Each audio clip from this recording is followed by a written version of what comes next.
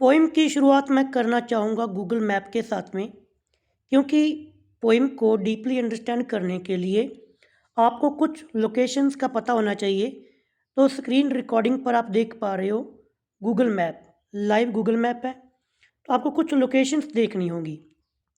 आपने ऊपर जो मैप देख रहे हो ये यूनाइटेड स्टेट्स का है, यानी कि उत्तरी अमेरिका, और नीचे आपका साउथ अमेरिका। उत्तरी अमेरिका के अंदर, यूनाइटेड स्टेट्स के अंदर हमें चलना है न्यूयॉर्क के अंदर। तो ये जो आप लोकेशन देख रहे हो ये न्यूयॉर्क है। आपको आई होप सामने क्लियरली दिखाई दे रहा है न्यूयॉर्क।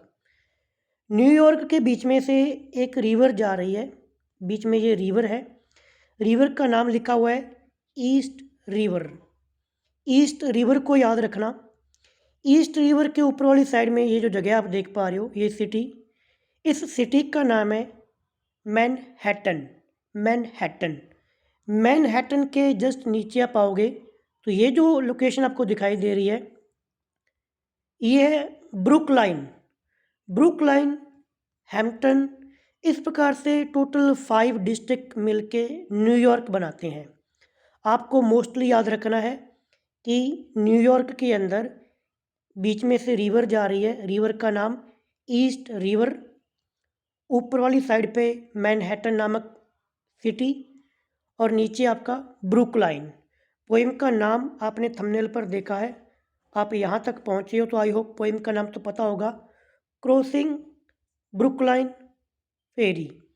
क्रॉसिंग यानी कि ये जो बीच में रिवर पड़ती है। हमारे जो आज के पोइट रहेंगे वॉल्ट विटमन, वो हैम्पटन से चलकर ब्रुकलाइन की तरफ जब आते थे, ये क्या आते थे और भी बहुत सारे लोग आते थे, तो इस रिवर को इनको पार करना पड़ता था। उस टाइम पर ये जो ब्रुकलाइन ब्रिज आपको दिखाई दे रहा है ये उस टाइम पर नहीं था। तो इस रिवर के अंदर चलते थे पानी के जहाज, जिन्हें कहते हैं फेरी। तो ये लोकेशन आप याद रखना। एक आप यहाँ पर देख सकते हो,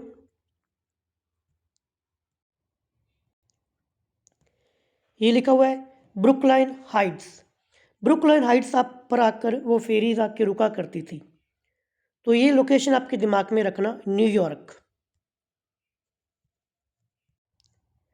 welcome back again on my YouTube channel literature word. I am Harpreet Singh Brar, UGC NET qualified from district Hanumangarh of Rajasthan state. आज की हमारी वीडियो का टॉपिक रहेगा crossing Brooklyn ferry, a poem written by American poet Walt Whitman. Poem number 19 रहेगी। RPSC first grade के syllabus के according मैं syllabus को कवर कर रहा हूँ, बट इसका मतलब ये नहीं कि आप सिर्फ आरपीएससी के लिए इस पोइम को पढ़ सकते हो। और भी कोई आपके एग्ज़ाम्स हैं टीजीटी पीजीडी के, जैसे अभी ईएमआरएस केबीएस की वैकेंसी आ चुकी है, ईएमआरएस की वैकेंसी भी है, डीएसएससी के फॉर्म फिल हो चुके हैं, और यहाँ तक कि यूजीसी नेट का भी एग्ज़ाम है। तो जहाँ कहीं भी आपके सिलेबस के अंदर अमेरिकन लिटरेचर आता है तो वहाँ पर आप Walt Whitman, Emily Dickinson, Robert Frost को पढ़ते हो। ठीक है, तो आज हम वॉल्ट विटमैन की पोइम क्रॉसिंग ब्रुकलाइन फेरी को पढ़ेंगे।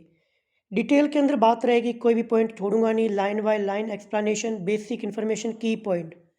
बाकी मैं आपको पीडीएफ पर दिखा देता हूँ कि इस पोइम को हम कैसे पढ़ेंगे। बाकी की 18 वीडियोस फर्स्ट ईयर के स्टूडेंट इसी चैनल पर प्लेलिस्ट बनी हुई है, वहाँ पर जाके वॉच कर सकते हो। लास्ट की वीडियो हमारी आफ्टर एप्पल पिकिंग थी। आज हमारी 19 है, टोटल 23 पोइम्स हैं, तो 4 पोइमें हमारी और बची हैं, जल्द हम उनको भी पूरा करेंगे। आज की हमारी पोइम को हम डीपली स्टडी करने वाले हैं। मैंने क्यों कहा कि ये वीडियो बाकी एग्ज़ाम के लिए इम्पोर्टेंट है, तो आप देख सकते हो कि हमारी इस वीडियो के अंदर इस पोइम को मैं हर एक पॉइंट को टच करने वाला हूँ। बेसिक इन्फॉर्मेशन रहेगी। बेसिक इन्फॉर्मेशन के अंदर title, poet, original publication, final title क्या, इसका एडिशन क्या, type of poem, structure, setting, tone, theme, special literary devices ये यूज़ हुए हैं, पोइट के बारे में, पोइट के इंपॉर्टेंट वर्क के बारे में, बैकग्राउंड, हिस्टोरिकल कॉन्टेक्स्ट क्या है इस पोइम का, शॉर्ट समरी क्या है, थीम क्या है। थीम को अलग अलग मैंने डिटेल के अंदर अंडरस्टैंड करेंगे। क्रिटिक्स व्यू क्या है इस पोइम का, किस पर क्या इन्फ्लुएंस पड़ा, इसके क्या यूजेस रहे।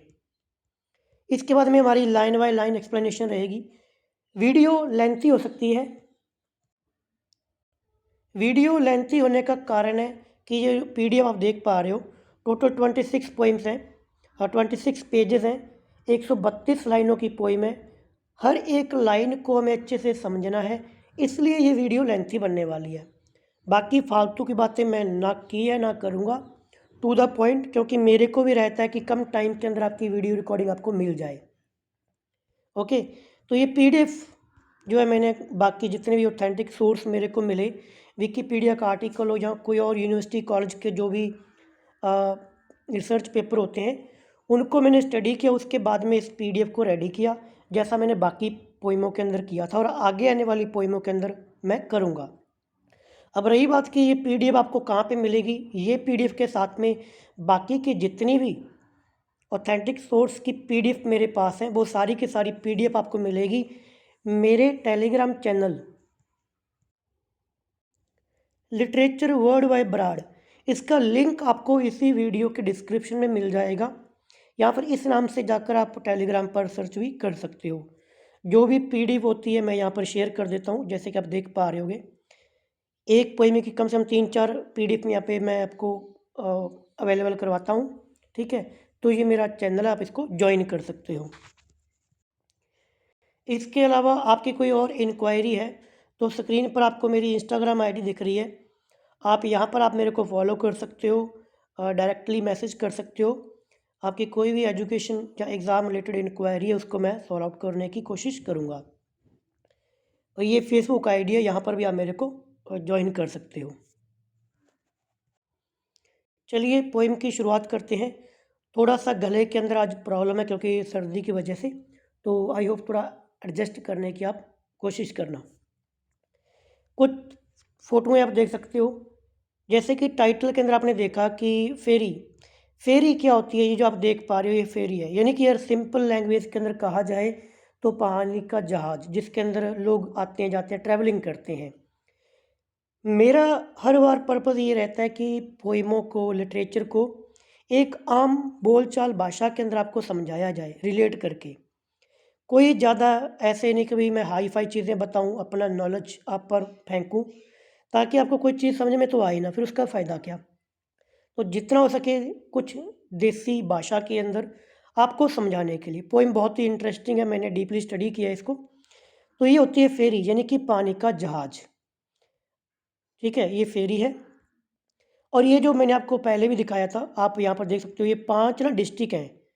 न्यूयॉर्क के बारे में आपको जानकारी यहाँ से मिल जाएगी। ये 5 ज़िलों से मिलकर बना है, 5 डिस्ट्रिक्ट से मिलकर न्यूयॉर्क में बनता है। जो ग्रीन कलर के अंदर है ये आपका हैम्पटन है, और 2 नंबर पे यानी कि येलो कलर के अंदर है वो आपकी ब्रुकलाइन है। ये 2 शहरों के बीच में रिवर पड़ती है। रिवर का नाम मैंने आपको बताया, ईस्ट रिवर। ये ना, ये होता है कि पोइम की सेटिंग, जब आपसे क्वेश्चन पूछा जाए ना कि पोइम की सेटिंग कहाँ पे है, तो ये आप उसके अंदर लिख सकते हो कि भाई हैम्पटन और ब्रुकलाइन के बीच में रिवर, उसको क्रॉस करने का पूरे का पूरा यहाँ पर दिखाया गया है। ये ब्रिज की मैं बात कर रहा था, क्योंकि जब पहले ब्रुकलाइन फेरीज नहीं चलती थी, तब ये ब्रिज नहीं था, सॉरी ये ब्रिज नहीं था, तो ब्रुकलाइन फेरीज चलती थी, आज भी चलती होंगी। तो ये ब्रिज है। ये बीच में रेड कलर में आप देख पा रहे हो, पूरी पूरी ईस्ट रिवर है न्यूयॉर्क के अंदर। ये ब्रिज है, आज के टाइम पर ये ब्रिज बन चुका है, बढ़िया चलता है। इसी रिवर के अंदर वो पानी के जहाज चलते थे।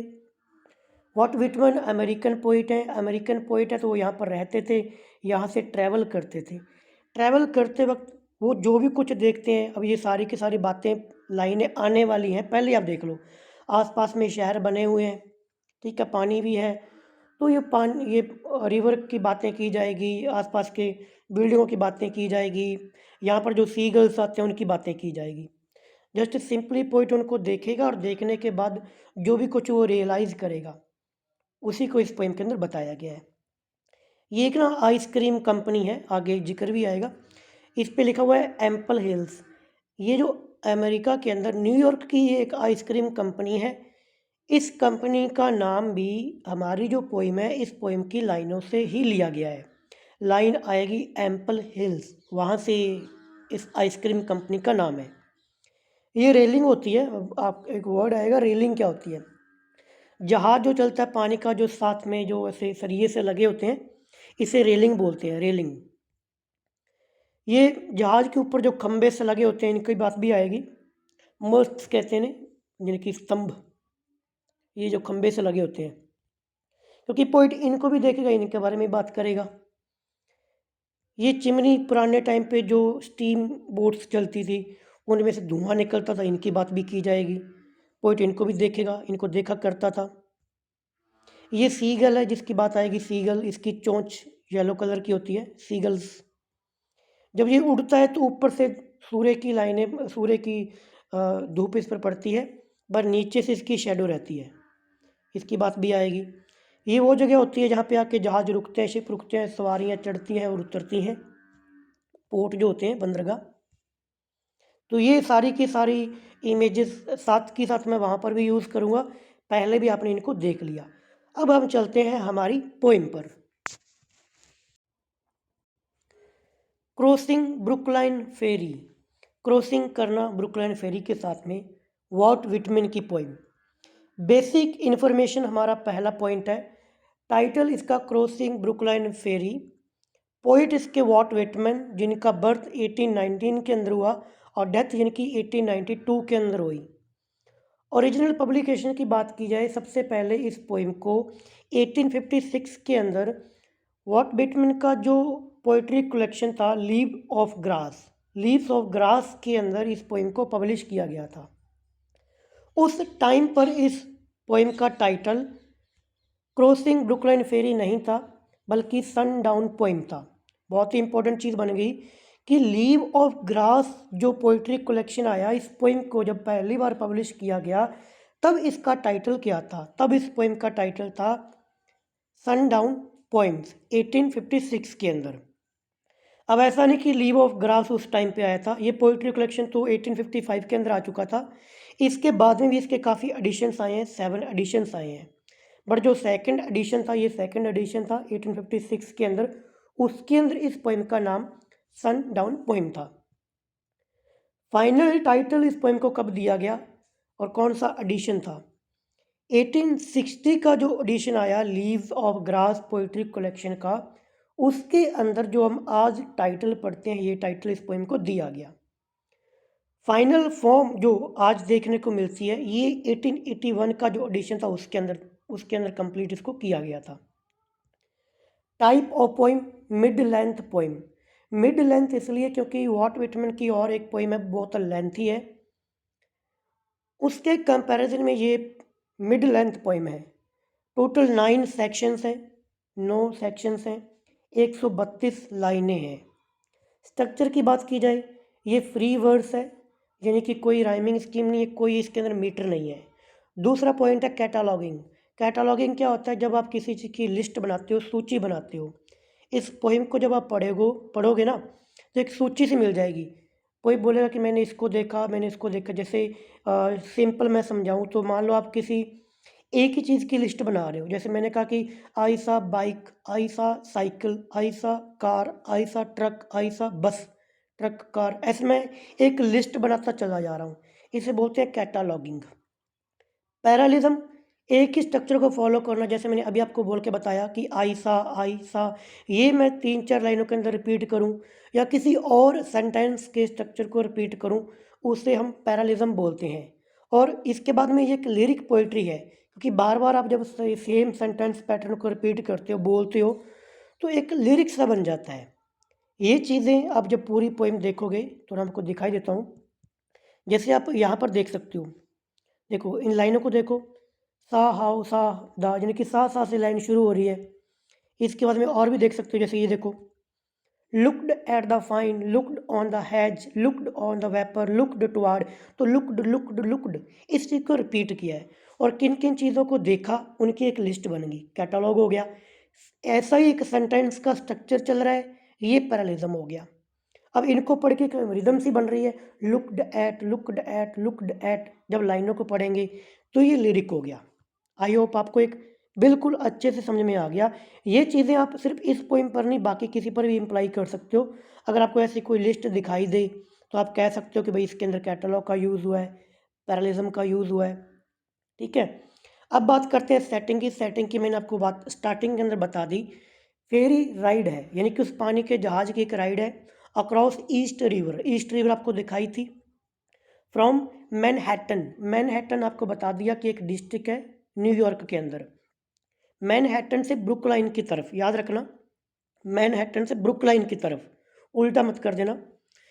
बिफोर ब्रुकलाइन ब्रिज एग्जिस्टेड, यानी कि ब्रुकलाइन का जो ब्रिज मैंने आपको दिखाया उससे बनने से पहले फेरी के एक राइड को यहाँ पर दिखाया गया है जो कि ईस्ट रिवर के अंदर चलती है। टोन, किस प्रकार की टोन यूज़ की गई है? तो स्टार्टिंग के अंदर तो इसकी टोन रहेगी रिफ्लेक्टिव और मेडिटेटिव। उसके बाद में कॉन्फिडेंट हो जाएगी, जुबिलेंट हो जाएगी और सेलिब्रेटरी हो जाएगी। ये पोइम जब आप पढ़ोगे तब आपको समझ में आ जाएगा। थीम, थीम डिटेल के अंदर बात करूँगा बट इन शॉर्ट आप देख सकते हो। ह्यूमन यूनिटी अक्रॉस टाइम, यानी कि इंसानों की यूनिटी है अक्रॉस टाइम, यानी कि टाइम मैटर नहीं करता। लोग पहले भी थे, आज भी और आगे भी रहेंगे। जो इमोशंस एक्सपीरियंस पहले लोग फील करते थे वो आज भी करते हैं और आगे भी करेंगे। ट्रांसीडेंस, ट्रांसीडेंस यानी कि पार की चीज़, आर पार की चीज़ जिसमें मैटर नहीं करता। हालांकि ट्रांसीडेंटलिज्म इसके अंदर दिखाया गया है। वॉट विटमैन के बारे में जब मैं आपको बताऊंगा तब और क्लियर करूंगा। कॉन्टिन्यूटी ऑफ इमोशंस, यानी कि इमोशंस की बात की गई है। कॉन्टिन्यूटी यानी कि पहले भी इमोशंस थे, उस इमोशंस को वॉट विटमैन अपने साथ में जोड़ेगा और फिर वो बताएगा कि मेरे इमोशंस आगे आने वाली जनरेशन्स भी इसी प्रकार से फील करेंगी। Connection between individualism spiritual realisation, ये सारे के सारे इसके थीम है।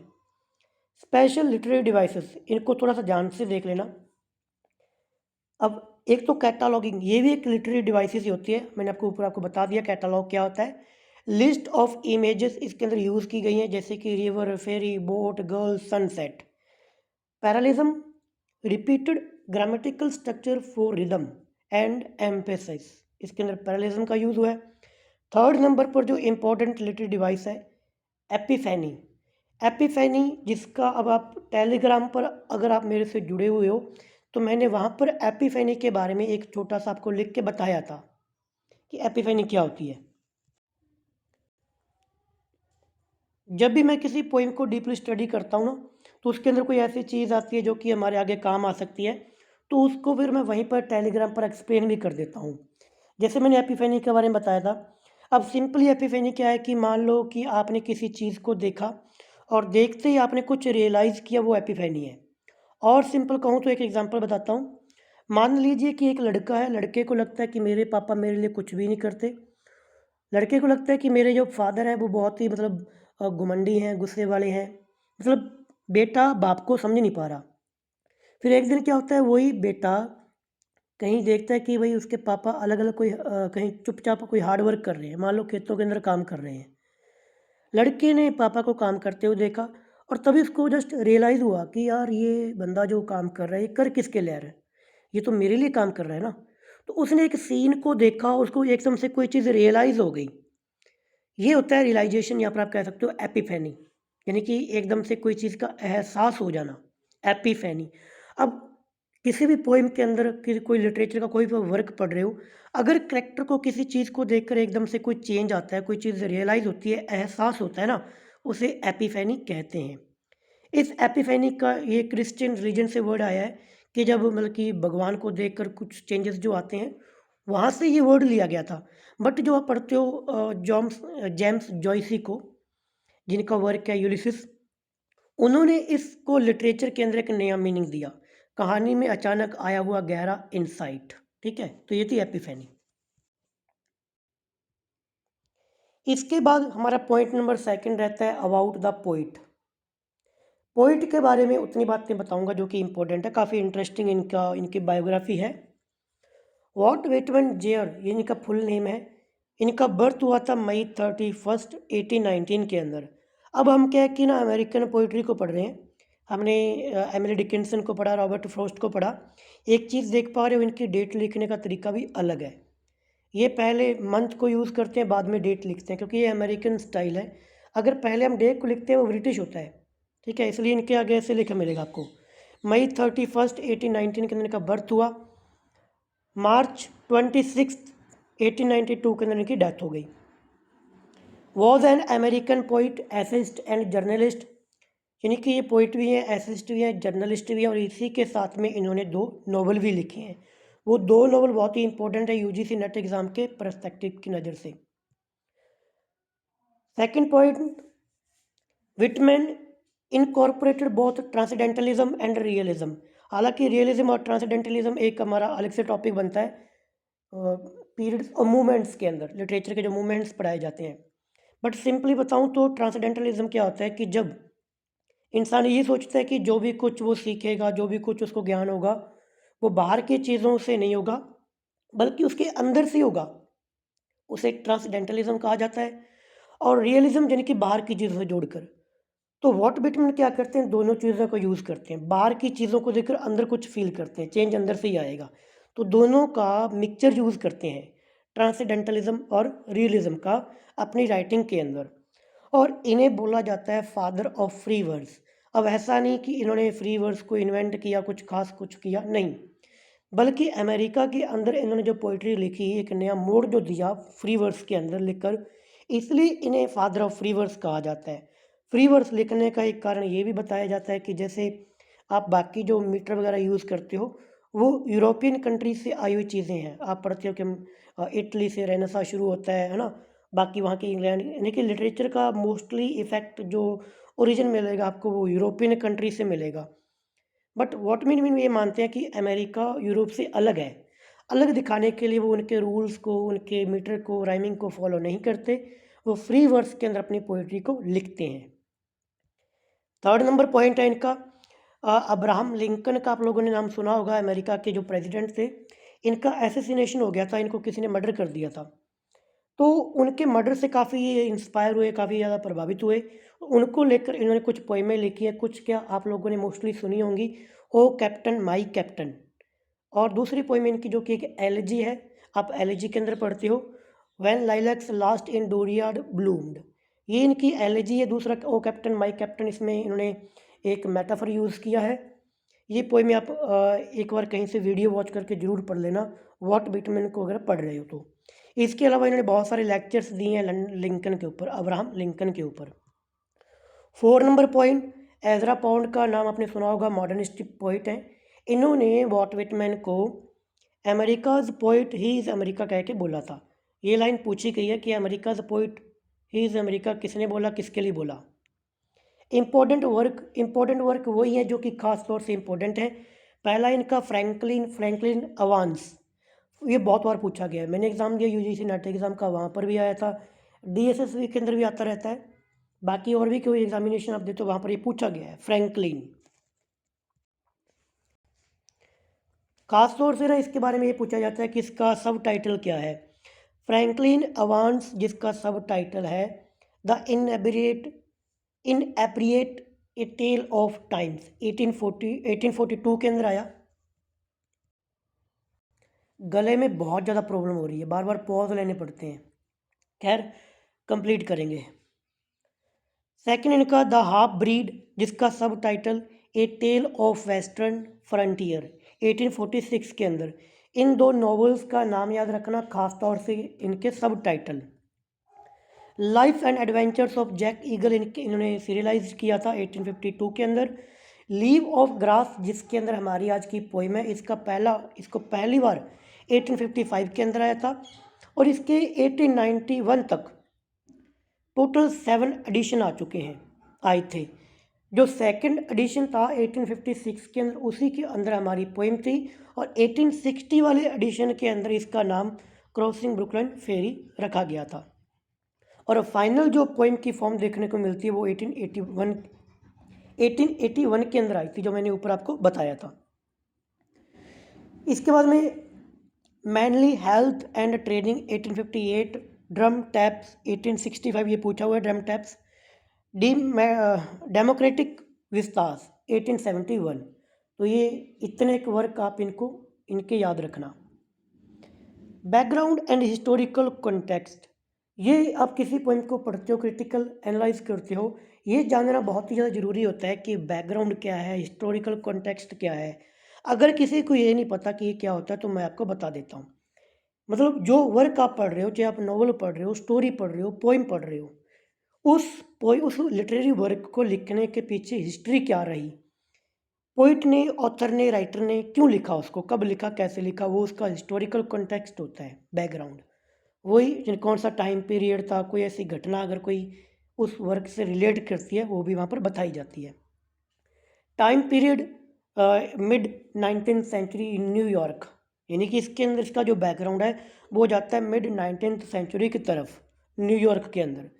Setting before Brooklyn bridge construction, Brooklyn का ब्रिज बनने से पहले ferry was primarily transport between Manhattan and Brooklyn. जो मैंने आपको स्टार्टिंग के अंदर बताया था कि ब्रुकलाइन ब्रिज बनने से पहले मैनहट्टन और ब्रुकलाइन के बीच में ट्रांसपोर्ट के लिए फेरी चलती थी, वो यहाँ पर दिखाई गई है। विटमैन्स इंस्पिरेशन, विटमैन को इंस्पिरेशन कहाँ से मिली, क्योंकि वो खुद डेली राइड करते थे। शिप का नाम था, फेरी का जो नाम था जिसके अंदर वॉट विटमैन ट्रैवल करते थे उसका नाम था फॉल्टन फेरी। सॉरी मैंने इसको हाईलाइट नहीं किया, ये आप नाम याद रखना, फॉल्टन फेरी। ऑब्जर्विंग पीपल, तो जो ट्रैवल करते थे फॉल्टन फेरी के अंदर, वहाँ लोगों को ऑब्जर्व करते थे। वहाँ पर टाइड यानी कि जो ज्वार नद आता है, नदी के अंदर ज्वार भाटा आता है, बाकी की बोट जो भी रिवर के अंदर चलती हैं, ईस्ट रिवर के अंदर बर्ड्स, साइक्लोस्कोप, सिटीस्केप्स, यानी कि पक्षी, आसपास के शहर, लोग, नदी के अंदर आने वाला ज्वार भाटा, उनको वो देखते थे, वही यहाँ पर दिखाए गए हैं। Life in Brooklyn and New York shape the observation, emotions and reflection in the poem. What Whitman ने जो अपनी लाइफ स्पेंड की न्यूयॉर्क के अंदर, ब्रुकलाइन के अंदर, न्यूयॉर्क के अंदर, मैंने आपको बताया कि ब्रुकलाइन जो सिटी पड़ती है, वहाँ पर जो भी उन्होंने ऑब्जर्व किया, वहाँ पर जो भी इमोशंस इनके रहे, रिफ्लेक्शंस हैं, वो सारी चीज़ें इस पोइम के अंदर देखने को मिलती हैं। Cultural context, American transcendentalism, America के अंदर आप पढ़ते हो लिटरेचर, जब आप वर्ड के अकॉर्डिंग लिटरेचर पढ़ते हो, स्पेशली यूजीसी नेट के लिए या असिस्टेंट प्रोफेसर के लिए, तो वहाँ पर ये टर्म आती है कि अमेरिका का ट्रांसेंडेंटलिज्म क्या था। अमेरिकन ट्रांसलेशन ये समझते थे कि जो भी इंस्पिरेशन है, जो भी चेंज है, वो हमारे अंडर बॉडी से आते हैं, वो यहाँ पर देखने को मिलेंगे। इस पोइम के अंदर लाइन भी आएगी, वो कहेगा कि जो कुछ भी हूँ वो मेरी बॉडी से हूँ, और आप भी जो कुछ बनोगे वो अपनी शरीर से बनोगे, यानी कि बाहर से कुछ नहीं। Belief in human connection, nature and spirituality भी यहाँ पर देखने को मिलती है। शॉर्ट समरी क्या है इस पोइम की? शॉर्ट समरी, वैसे तो पोइम की लाइनें 132 हैं, आप इस वीडियो को फुली वॉच कर लोगे तो समरी आपके सामने कुछ भी नहीं रहने वाली। समरी उन लोगों के लिए होती है किसी ने जस्ट वैसे एग्ज़ाम देना हो, बट आप कोई बड़े एग्ज़ाम को दे रहे हो, जैसे असिस्टेंट प्रोफेसर या फिर जैसे आरपीएससी फर्स्ट ग्रेड या कोई और कंपटीशन एग्ज़ाम दे रहे हो, तो वही समरी से काम नहीं चलता। समरी हर किसी को पता होती है। समरी ठीक है, एक अंडरस्टैंडिंग के लिए हो सकती है, बट आपको क्रिटिकल एनालिसिस करना होगा ना, तब आपको फिर लाइन बाय लाइन स्टडी करनी पड़ती है। यहाँ पर समरी मैं इसलिए यूज़ कर रहा हूँ ताकि आपको थोड़ा सा पहले पोइम के बारे में हिंट मिल जाए। Crossing Brooklyn ferry, describe a ferry ride from Manhattan to Brooklyn. अब ये लाइन तो आप यहाँ तक आ चुके हो तो आपके रट्टा लग चुका होगा कि भाई मैनहट्टन सिटी से लेकर ब्रुकलाइन के बीच में पानी के जहाज़ों से जो ट्रैवलिंग की जाती है उसको यहाँ पर दिखाया गया है। Whitman observe the river, boats, tide, bird and city life and experience and epiphany. यहाँ पर वॉट विटमैन रिवर को देखते हैं, बोट्स को, टाइड्स को, बर्ड्स को, सिटी लाइफ को देखते हैं और एक्सपीरियंस करते हैं। एंड एपिफेनी, एपिफेनी यानी कि एक एहसास। ये लाइन बहुत गहरी है, इसको आपने नहीं समझा तो फिर आगे वाली पोइम आपको बोर करेगी। सिंपल कहूँ तो वॉट विटमैन जिस भी चीज़ को देखते हैं उसको देखकर वो कुछ रियलाइज़ करते हैं। जैसे मैंने आपको स्टोरी बताई थी बाप और बेटे वाली, कि कोई भी चीज़ देखी, नदी को देखा, नदी के अंदर ज्वार भाटे को देखा, शहरों को देखा, किसी और बोट को देखा, बोट पर बाकी लोगों को देखा, हर एक चीज़ सीन को देखकर ये कुछ ना कुछ एहसास करते हैं, उसे एपिफेनी है। तो पूरी पोइम के अंदर और कुछ कहानी नहीं है, बस चीज़ें हैं कि भाई मैंने उसको देखा, उसको लेकर क्या फीलिंग है, वही इस पोइम के अंदर दिखाई गई है। Future generations will feel the same emotions he feel. और उस एपिफेनी को, उस एहसास को वॉट विटमैन ये कहते हैं कि जो एपिफेनी, जो एहसास इन चीज़ों को देखकर मेरे अंदर आ रहा है, ये आगे आने वाली फ्यूचर की जनरेशन्स भी इसको फील करेंगी, इसी इमोशन को। तभी हमारा वो थीम बना था कि वही एक्सपीरियंस यानी कि इमोशंस टाइम के पार होते हैं। The people celebrate human unity, continuity of experience, and spiritual connection of all people across time and space. यानी कि कोई टाइम मैटर नहीं करता, कोई स्पेस मैटर नहीं करता, लोग जो आपसी यूनिटी है, जो कॉन्टिन्यूटी ऑफ एक्सपीरियंस है, जो स्पिरिचुअल कनेक्शन है, वो फील करते हैं। पहले भी करते थे यार, सिंपल सी बात है। आप घूमने के लिए जाते हो, पहाड़ों को देखते हो, तो जो चीज़ आप फील कर रहे हो, ऐसा तो है नहीं कि सिर्फ आप फील कर रहे हो। आपसे पहले हज़ारों हज़ार साल पहले जो लोग आए, उन्होंने भी ऐसा फील किया होगा। जो चीज़ आप फील कर रहे हो, वही आपके टाइम पर जो लोग हैं वो भी फील करते होंगे। और आपके बाद 50 साल, 100 साल, हज़ारों साल बाद भी जो लोग आएंगे, उन पहाड़ों को वैसे ही फील करेंगे, उसी प्रकार से फीलिंग उन्हीं के अंदर आएंगी। वो चीज़ इसके अंदर दिखाई गई है। Theme with Hindi meaning. Theme का मतलब कि इस पोएम के अंदर क्या चीज़ें दिखाई गई हैं। यहाँ तक अगर आपने वीडियो को अच्छे से सुना, ध्यान से सुना ना, एक एक चीज़ को अंडरस्टैंड करने के लिए एक काम आप कर लिया करो कि जैसे मैं कुछ चीज़ एक्सप्लेन करता हूँ, तो वीडियो को पॉज करके थोड़ा दिमाग में खुद सोचा करो कि हाँ ऐसा है या फिर नहीं। लगातार वीडियो को वॉच करने से कुछ नहीं मिलने वाला, फिर आपको समझ में नहीं आएगा। इस वीडियो को छोड़ो और भी किसी वीडियो को देखते हो ना, जैसे कोई आपको जो भी यूट्यूबर है कुछ बताता है, या क्लास के अंदर कहीं पर भी, वहाँ पर थोड़ा रुक जाया करो और सोचा करो कि अभी इसने क्या बताया, मैं इसको कैसे समझ सकता हूँ।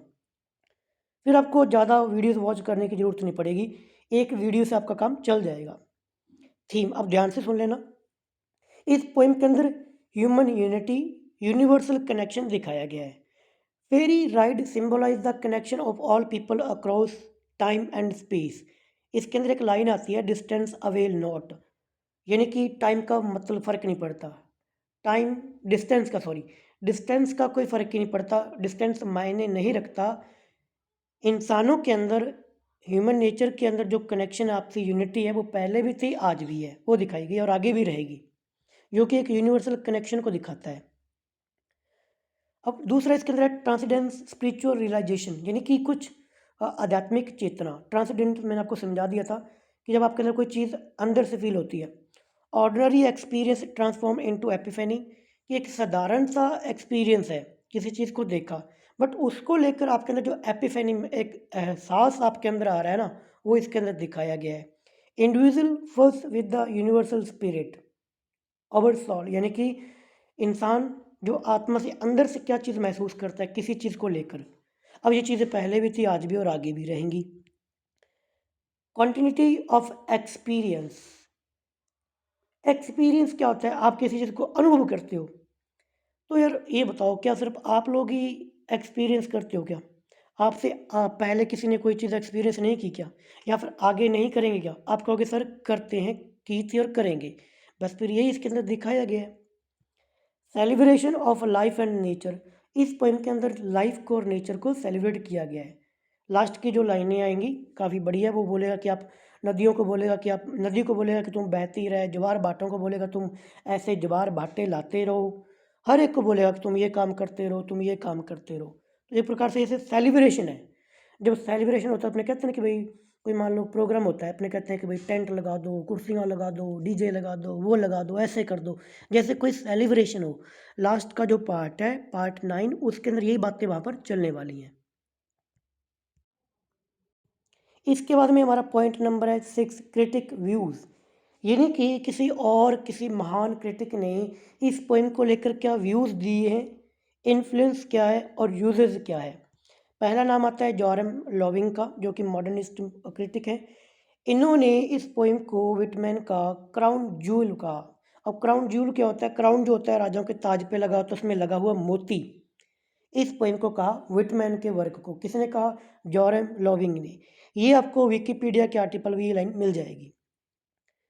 Celebrate transcendentalism unity of existence. उन्होंने कहा कि ट्रांसडेंटलिज्म की यूनिटी ऑफ एक्सपीरियंस को इसके अंदर सेलिब्रेट किया गया है। खास तौर से ये याद रखना कि क्राउन जूल कौन से वर्क को माना गया और किसने माना है। फिर आते हैं जेम्स ई मिलर। इन्होंने ये दिखाया कि poem first poet with reader, कि इसमें पोइम में एक फर्स्ट दिखाया गया पोइट और रीडर के बीच में। यानी कि हम जो पढ़ रहे हैं ना, आज जब लाइनें आएंगी तो मैं आपको और अच्छे से समझाऊंगा कि पोइट ये कहेगा कि जो रीडर पढ़ रहा है ना, वो भी इसको साथ में लेके चलेगा कि भाई मैं आपसे बात कर रहा हूँ। इसके अंदर कैटलॉग्ड इमेजेस का यूज़ किया गया है। Help create universal identity, catalogue मैंने आपको बता दिया। Term in public love poem, James E Miller ने कहा कि ये पोइम टर्म्ड ये एक पब्लिक लव पोइम है, addressing all humanity past and future, क्योंकि इसके अंदर ह्यूमैनिटी की बात की गई है, पास्ट की ह्यूमैनिटी और फ्यूचर की। प्रेजेंट में तो ये पोइम लिख रहे थे वो वॉट व्हिटमैन में थे ही, इसलिए इस पोइम को पब्लिक लव पोइम भी कहा गया। किसने कहा? जेम्स ई मिलर ने।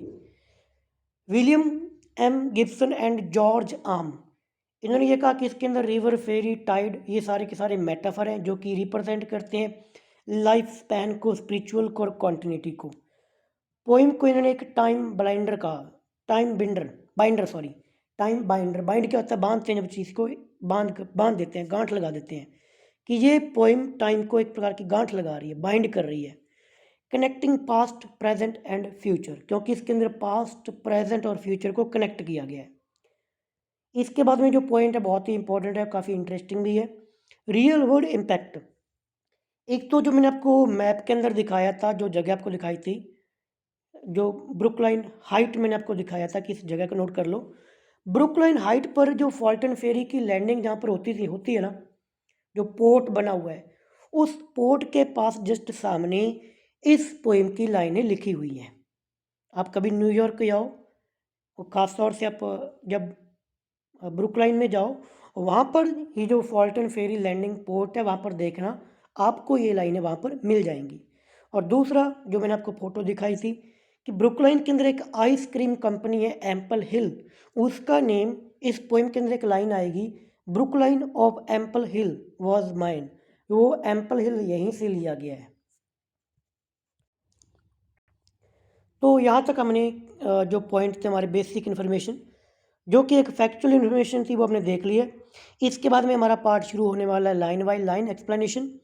एक छोटी सी उम्मीद आप लोगों से कि भाई यार, यहाँ सीधी सी बात है कि अगर आपको ये लाइनें, ये पोइट एक्सप्लेनेशन अच्छी लग रही है, यार एक सेकंड के लिए जाओ, यार पोइम को लाइक कर दो प्लीज़।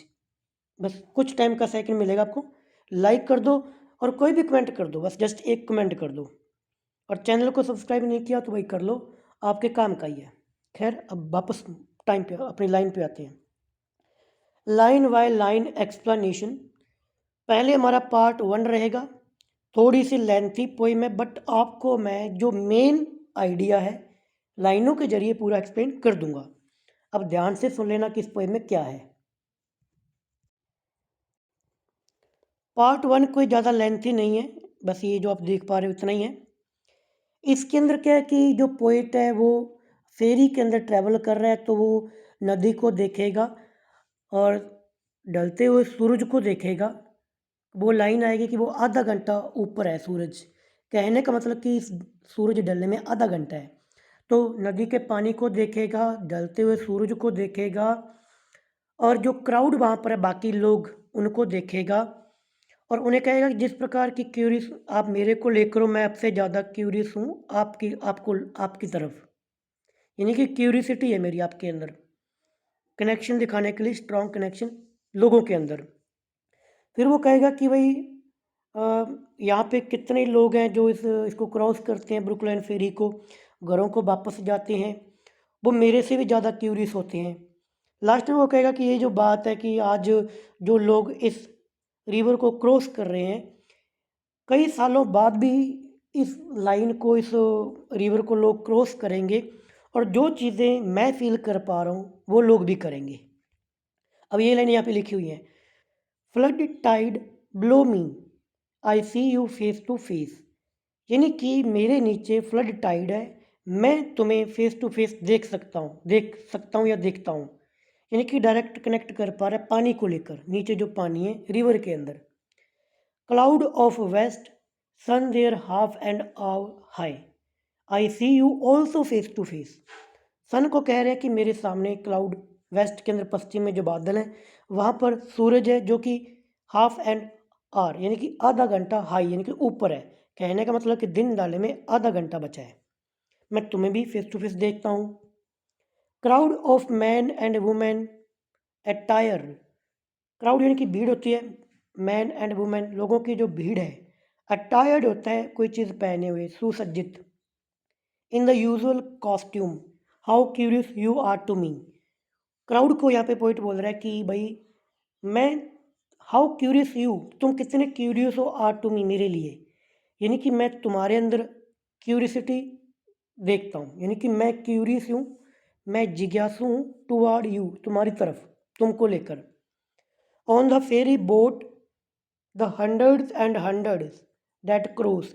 इस फेरी बोट के अंदर जो तुम हो, जो क्राउड है लोगों की, हंड्रेड्स एंड हंड्रेड जो क्रॉस करते हैं, रिटर्निंग होम, घरों को वापस जाते हैं, are more curious to me than you suppose.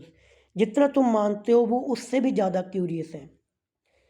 मैं, मेरे अंदर क्यूरियसिटी है लोगों को जानने की और लोगों के अंदर क्यूरियसिटी है मेरे को जानने की। यानी कि यहाँ पर दिख रहा है आपको एक ह्यूमन कनेक्शन।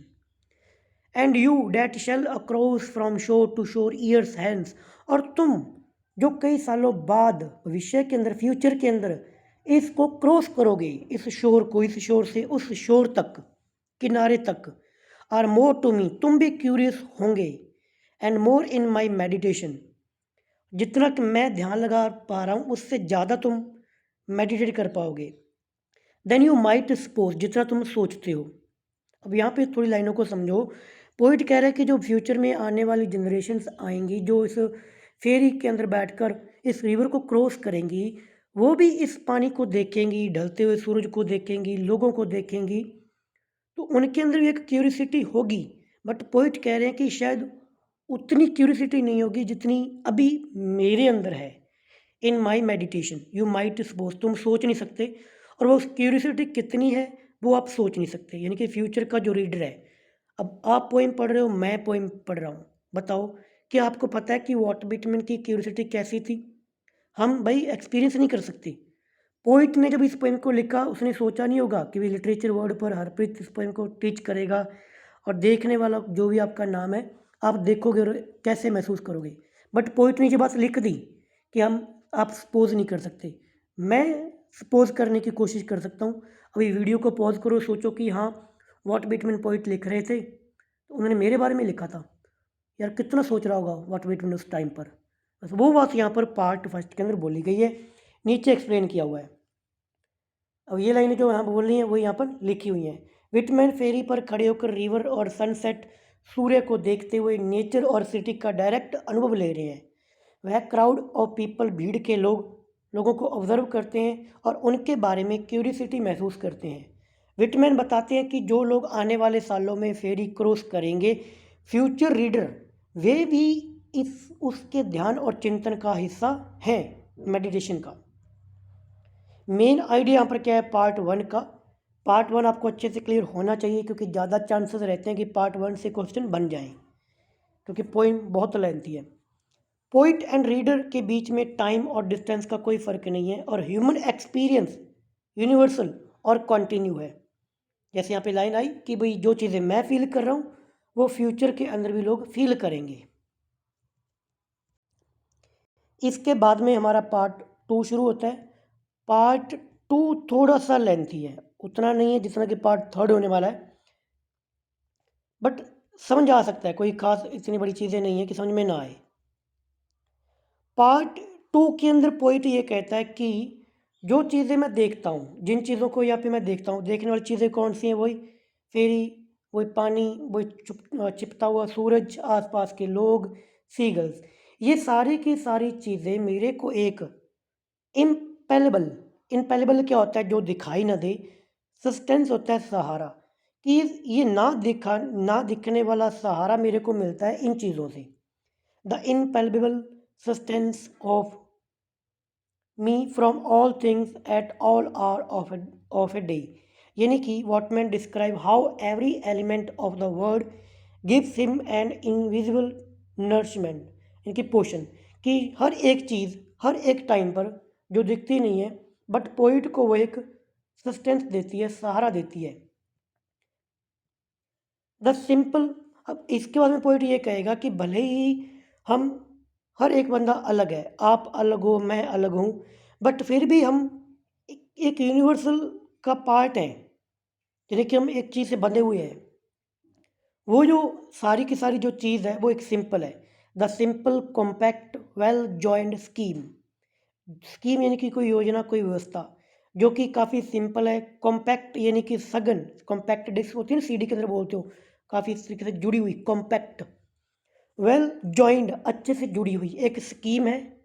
माई डिसइंटीग्रेटेड, कि मैं अलग हूँ। एवरीवन डिसइंटीग्रेटेड, हर कोई अलग है। Yet part of the scheme, but फिर भी हम इस स्कीम के पार्ट हैं। He sees the universal, he sees the universe. यहाँ पे पोइट यूनिवर्स को एक सिंपल कॉम्पैक्ट इंटरकनेक्टेड स्कीम के रूप में देखते हैं, in which all individual appear separate, जिसके अंदर देखने पर तो हर एक इंडिविजुअल सेपरेट दिखाई देता है, yet belong to the same hall, but फिर भी हम इसी संसार का, इसी ब्रह्मांड का एक हिस्सा हैं। The similitude of the past those of the future. यहाँ पे पॉइंट बोल रहे हैं कि पास्ट के अंदर जो चीज़ें थी और फ्यूचर के अंदर जो चीज़ें होंगी उनके अंदर एक सिमिलैरिटी है।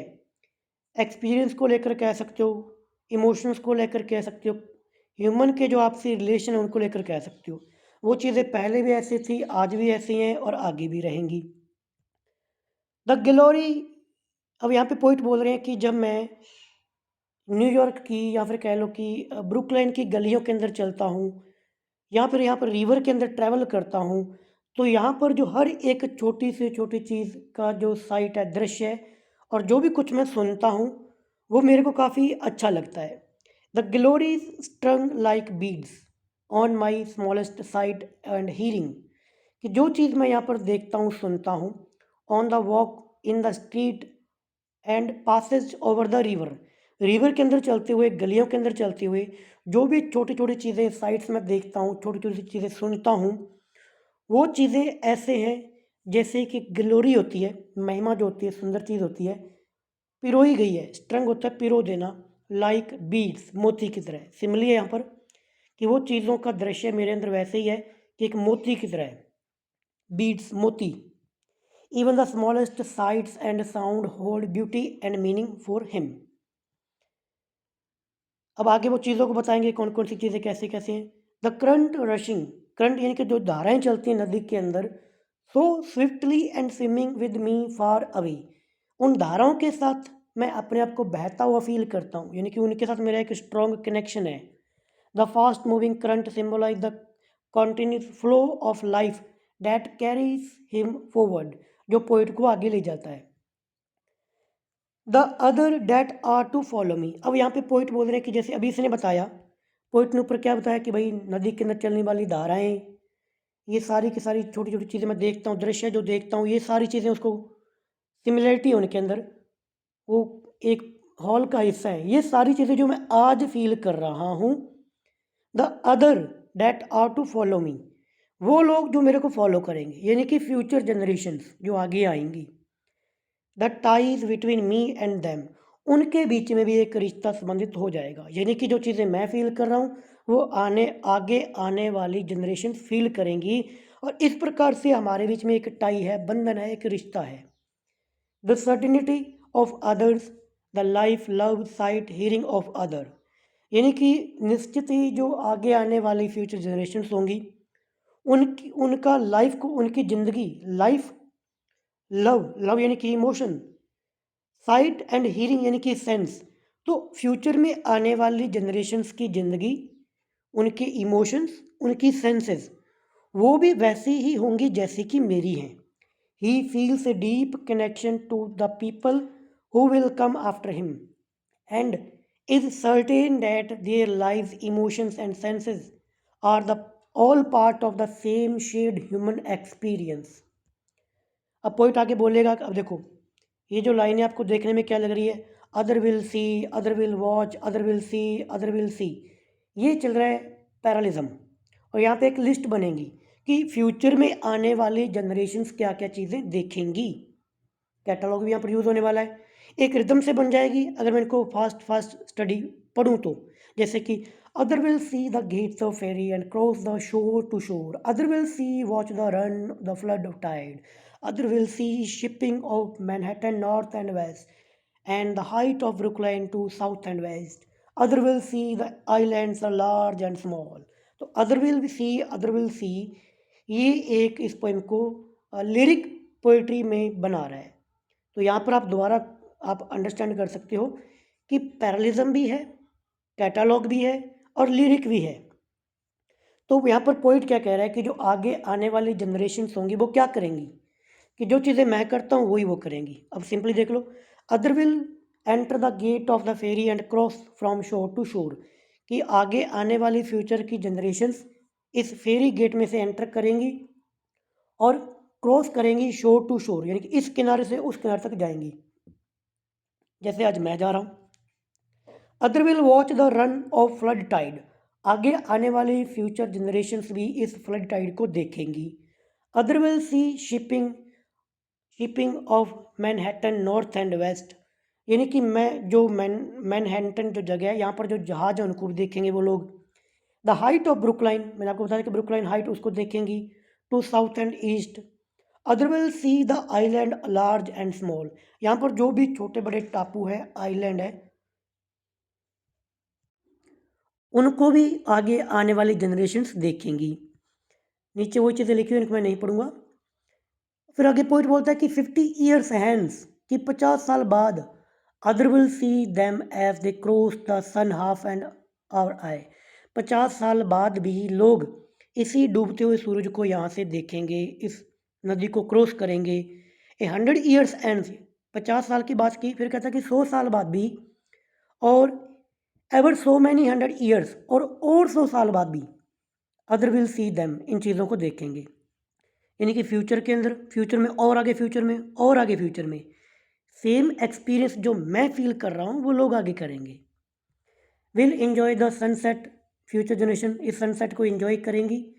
The pouring in of the flood tide, the falling back to the seas of the high tide, यानी कि जो ज्वार भाटा आता है उसमें पानी जो ऊपर चढ़ता है फिर जो जाता है तो पानी नीचे उतरता है, इन चीज़ों को भी आगे आने वाली फ्यूचर जनरेशन फील करेंगी। यहाँ पे पार्ट 2 कंप्लीट हुआ। पार्ट 3 थोड़ा सा लेंथी है, सबसे ज़्यादा लेंथी पार्ट यही है, आप देख सकते हो ये पूरा पार्ट है, बट थोड़ा इंटरेस्टिंग है, मतलब वैसे कोई बड़ी बात इसके अंदर है नहीं।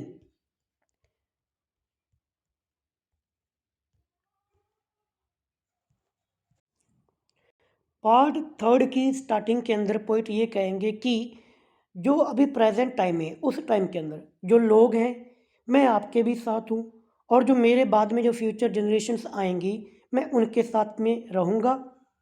टाइम का, प्लेस का, डिस्टेंस का कोई फ़र्क नहीं पड़ता, ये चीज़ें कोई मायने नहीं रखती। इट अवेल नोट होता है कि कोई फ़र्क ना पड़ना। टाइम नोर प्लेस, यानी कि टाइम का, प्लेस का। डिस्टेंस अवेल नोट, और दूरी भी मायने नहीं रखती। आई एम विद यू, मैं तुम्हारे साथ हूँ। You man and women of generation, यानी कि आज के टाइम, उस टाइम के लोग, मैं उनके साथ हूँ। और ever so many generations hands, और आगे आने वाली पीढ़ियाँ फ्यूचर के अंदर मैं उनके साथ में भी होऊंगा। तो कैसे होऊंगा, क्योंकि जो चीज़ें मैंने फील की हैं वही आप लोग फील करोगे। अब यहाँ पे फिर से देख लो, एक लिस्ट बनी हुई है, सीधा पढ़ूंगा तो भी समझ में आ जाएगा। बस दिमाग में ये रखना कि पोइट ने क्या किया और फ्यूचर जनरेशन्स क्या करेंगी। जस्ट एज यू फील, जैसे तुम फील करते हो, when you look on the river and sky, आसमान को और नदी को देखकर जैसा तुम फील करते हो, सो आई फेल्ट, मैंने भी ऐसा फील किया था। Just as any of you is one of living crowd, जैसे आप लोग में से कोई एक भीड़ का एक हिस्सा है। I was one of the crowd, मैं भी भीड़ में से कोई एक था। Just as you are refreshed, जैसे तुम ताजगी महसूस करते हो, रिफ्रेश महसूस करते हो, by the gladness of the river and the bright flow, नदी को देखकर, उसके ब्राइट फ्लो को देखकर जैसे तरोताज़ा ताजगी तुम्हारे अंदर आती है, तुम फील करते हो। आई वॉज रिफ्रेश्ड, मैं भी ऐसा ही फील करता था। Just as you stand and lean on the rail मैंने आपको दिखाई थी, जहाज की जो रेलिंग होती है। Yet Hari with the Swift current, यानी कि जब तुम रेलिंग पर खड़े होते हो, वहाँ पर तेजी से भागते हुए करंट धाराओं को देखते हो। I stood yet was hurried, मैं भी वहाँ पर खड़ा हुआ था और ये धाराएं इस प्रकार तेजी से उस टाइम भी चलती थी। Just as you look on the numberless masters, masts क्या होते हैं? जहाज़ों के ऊंचे खंबे, जिसकी फ़ोटो मैंने आपको दिखाई थी, जो ऊपर कपड़े के लेदर से लगे होते हैं, उस पर खंबे जो होते हैं, उसकी बात की जा रही है। कि जैसे पानी के जहाज़ों के इन खंभों को आप देखते हो, ऑफ शिप जहाज़ों की, and the thick steamed pipe of steam boat I looked, और जो स्टीम बोट बाफ वाली जो नौकाएं हैं, जो शिप हैं, उनकी चिमनियों को तुम देखते हो, मैंने भी उन्हें देखा। कहने का मतलब कि ये कोई नई चीज़ नहीं है। लोग पहले जो चीज़ें करते थे वो वॉट विटमैन भी करता है, और आगे आने वाले फ्यूचर में जनरेशन्स भी करेंगी। ये चीज़ यहाँ पर बताई गई है। ये चीज़ आप बाद में पढ़ सकते हो, मैं यहाँ पे आप रोक सकते हो कि इसमें क्या लिखा हुआ है, और अंडरस्टैंडिंग देने के लिए। फिर आगे पॉइंट कहता है कि I too many and many a time cross the river old, कि इस बूढ़ी नदी को मैंने बहुत बार मैंने पार किया है, क्रॉस किया है। वॉच्ड, और देखा है, द 12th मंथ, 12 महीने, 12 महीने मैंने यहाँ पर देखा है। सीगल्स को देखा है। सीगल की फोटो दिमाग में आपको मैंने दिखा दी थी। सीगल को देखा है। सीगल्स क्या क्या एक्टिविटीज़ करते हैं उनको देखा है। कौन कौन सी activity? saw them high in the air floating with motionless wings, हवा के अंदर फ्लोट करते हुए पंखों को बिना हिलाए। ऑस्किलेंटिंग, यानी कि ऑस्किलेंटिंग क्या होता है? धीरे धीरे से डोलना, हिलना। देयर बॉडीज, कि किस प्रकार वो हवा के अंदर फ्लोट करते हैं, अपनी बॉडी को धीरे धीरे ऑस्किलेंट करते हैं, उन्हें मैंने देखा है। सा हाउ द ग्लिस्टिंग, ग्लिस्टिनिंग क्या होती है? चमक, सूर्य की किरणें, yellow, lit up part of their body and left the rest of in strong shadow, जब वो हवा के अंदर उड़ते हैं तो ऊपरी हिस्से पर तो उनके धूप की चमक पड़ती है, नीचे का पार्ट उनका शैडो के अंदर रहता है, उनको मैंने देखा है। सा the slow wheel circle and gradual ageing toward the south, उनको जो यहाँ पर व्हील्स चलते हैं, जो गाड़ियाँ जो चलती हैं, उनको चलते हुए मैंने देखा है। उनको एज होता है ग्रेजुअल, धीरे धीरे आगे बढ़ना, साउथ की तरफ बढ़ते हुए मैंने उनको देखा है। पानी के अंदर जो बाकी जो जहाज चलते हैं उनके व्हील की बात कर रहा है। व्हील यानी कि पंखे वगैरह जो लगे होते हैं। सा the reflection of summer sky in the water, और वाटर के अंदर मैंने समर का प्रतिबिंब देखा है, यानी कि एक्टिविटीज़ ये मैंने देखा है, ये लोग आप भी देखोगे। यहाँ पे देख सकते हो, आप इसको स्टडी कर सकते हो, यही बातें यहाँ पर लिखी हुई हैं एक एक लाइन को।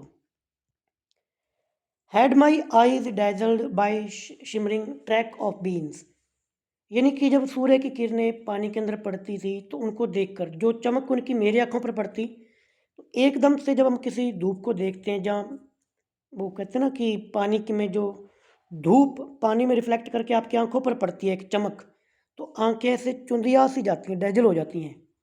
तो मेरे साथ भी ऐसा हुआ, उस चमक को देखकर मेरी आंखें भी डैजलिंग करती थी। Looked at the fine centrifugal spoke of light round the shape of the head in the sunlit water, पानी के अंदर कुछ जो सूरज की किरणें जब पड़ती हैं तो पतली पतली स्पोक्स बन जाती हैं जो चमकती हैं। वो कहता है कि मैंने भी उनको भी देखा है। लुक्ड ऑन द हैज होता है धुंध, on the hill south word and south west word, south west word के अंदर और साउथ वर्ड के पश्चिम की तरफ जो पहाड़ियाँ हैं वहाँ पर धुंध को मैंने देखा है। लुक्ड ऑन द वेपर क्या होता है? भाप, पानी में से जो भाप उड़ती है। इन द फ्लू इन फ्लिंसेस क्या होते हैं? ऊन जैसे गुच्छे। टिंग्ड विद वायलेट कलर में भाप के जो गुच्छे उड़ते हैं, मैंने उनको भी देखा है। Looked toward the lower way in to notice the vessels जहाज, यानी कि लो वेसल्स जो घाटी है वहाँ पर आते हुए जहाज़ों को देखा है। ओवरऑल ये समझ लो कि पानी के अंदर जितनी भी एक्टिविटीज़ हैं, चाहे वो सूर्य की किरणों का चमकना, जो सुनहरी सुनहरी लेयर सी बनती हैं सूर्य धूप के कारण, वो पानी के अंदर देखना, पहाड़ियों पर धुंध को देखना, भाप को बनते हुए देखना, ये सारी चीज़ें मैंने देखी हैं। अब ये हर एक सीन को देख रहा है और कुछ ना कुछ रियलाइज़ कर रहा है। ये एपिफैनी यहाँ पर तक इस पोएम में चल रही है। इसको आप स्टडी कर सकते हो, जो मैंने बताया है यहाँ पर लिखा हुआ है। तो अगर मैं इसको भी साथ में एक्सप्लेन करूँगा तो बात ये है, 1 घंटा हो चुका है तो फिर ये पोएम 2 घंटे से ऊपर निकल जाएगी। और जो चीज़ें मैं ऑलरेडी यहाँ पर एक्सप्लेन कर रहा हूँ, उन्हीं चीज़ों को वापस रिपीट करने का फिर कोई फ़ायदा भी नहीं है। तो जो चीज़ भाई होता है ना कि कोई बंदा फालतू बात ना करे। देखो, मैं भी वीडियो यूट्यूब पर वॉच करता हूँ, तो मेरे को लगता है कि बताने वाला जस्ट टू द पॉइंट बात करता रहे तो अच्छा लगता है। तो सेम चीज़ मैं भी यहाँ पर कोशिश करता हूँ। अब आगे पॉइंट क्या करता है, बाकी जो जहाज़ पर जो लोग हैं उनको देखेगा। The seller at work in ringing of और आउट ऑस्ट्राइड द स्पार। यहाँ पे वर्ड है रिंगिंग। रिंगिंग क्या होता है, जो रस्सियाँ बंधी होती हैं जहाज पर। और इसके बाद में जो स्पार्स क्या होते हैं, लंबे से डंडे लगे होते हैं। आपको फोटो दिखाता हूँ, ये देखो, ये लंबे लंबे डंडे से लगे हुए हैं ना, ये रस्सियाँ लगी हुई हैं। इन पर जो सेलर्स हैं वो काम करते हैं, तो पॉइंट उनको देखेगा। ये मैंने जो चिमनी की बात की थी, ये चिमनियाँ जो बोट पर लगी होती हैं। ये रेलिंग की मैंने बात की थी। इस रेलिंग पर खड़े होकर लोग देखते हैं कि पानी की लहरें कैसे ऊपर उठ रही हैं, कैसे नीचे बैठ रही हैं। तो पॉइंट यहाँ पर सेलर को वर्क करते हुए देख रहा है। सम ऑन द रोप, कुछ जो रस्सियों को ठीक कर रहे हैं, कुछ लंबे डंडों पर उनको ठीक कर रहे हैं, उनकी सेटिंग कर रहे हैं, उन पर बैठे हुए हैं। द राउंड मस्ट, गोल गोल जो खंबे हैं। द स्विंगिंग मोशन ऑफ हल सिलेंडर सेपरेटाइन पेनेंट्स। पेनेंट्स क्या होते हैं, जहाज जो झंडे जो लगे होते हैं। तो पॉइंट यहाँ पर नोटिस करता है राउंड मस्त यानी कि मस्तूल जो होते हैं। The boat rocking in water, हल नाव का जो शरीर होता है, हल आगे जो लगा होता है। And the thick snake like flag serpentine, सांप जैसा सिलेंडर पतला, यानी कि आगे आगे हल पर जो जहाज के झंडे लगे हुए हैं, पॉइंट उनको देखता है। The large and small steamers in motion, the pilot in pilot houses. अब छोटी मोटी जो नाव्स हैं उनको देखता है, उसके अंदर जो पायलट हैं पॉइंट उनको देखता है। The white wake left by passage, the thick tremulous whirl in the wheel, he sees white trail made in water. जब जहाज चलता है तो पीछे सफ़ेद सी कलर की यानी कि जो झाग सी जो बन जाती है, उसको भी पॉइंट देखता है। And the fast trembling spinning of the wheel, और पीछे जो पंखा घूमता है वोट को आगे चलाने के लिए, उसको देखता है। The flag of Nations, the falling of them and sunset, जो आसपास जो और जहाज हैं उन पर जो झंडे लगे हुए हैं, जिनको शाम के टाइम पर उतार लिया जाता है, उनको पॉइंट देखता है। द स्केल, अब ये लिस्ट बन रही है कौन कौन सी चीज़ों को देख रहा है, कैटलॉग हो रहा है यहाँ पे।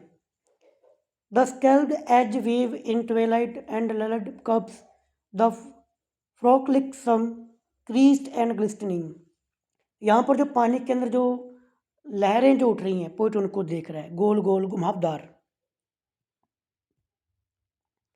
The stretch afar growing dimmer and dimmer, the grey wall of the granite storehouse by rock dock। Dock क्या होता है, जहाँ पर आकर जहाज रुकते हैं। मैंने आपको फ़ोटो दिखाई थी, जहाँ पर आकर जहाज रुकते हैं वहाँ पर जो भी ग्रेनाइट यानी कि पत्थरों के बने हुए जो घर हैं, वो धुंधले धुंधले दिखाई दे रहे हैं, पॉइंट उनको देखता है।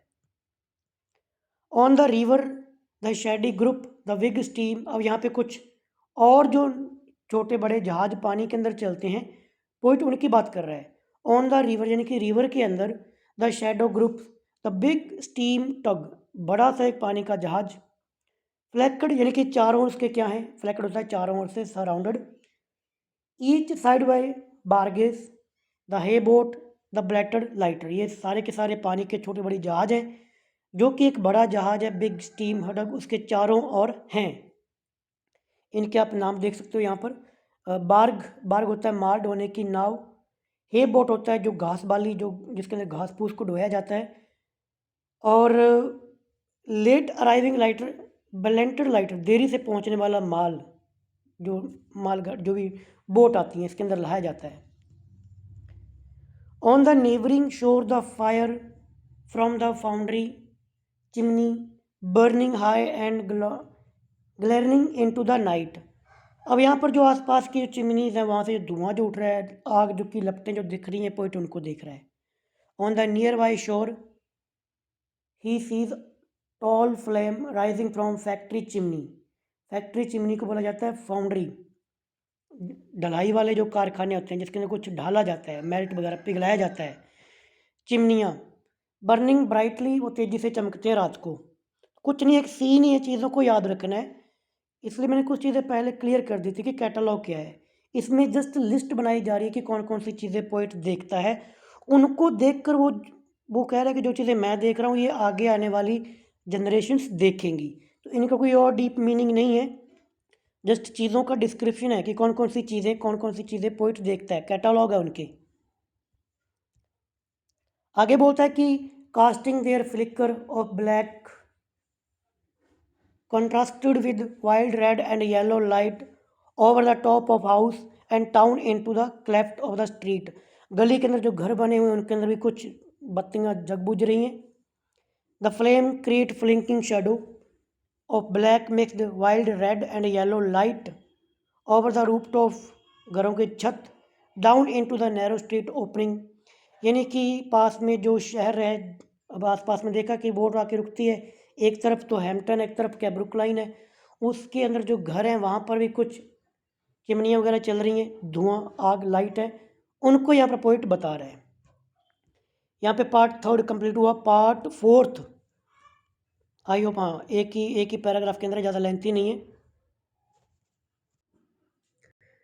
पार्ट 4 के अंदर पोइट कह रहा है these and all else were to me the same as they are to you, कि वो चीज़ें, वो सारी चीज़ें जो मेरे लिए जैसी हैं वैसे ही तुम्हारे लिए भी हैं।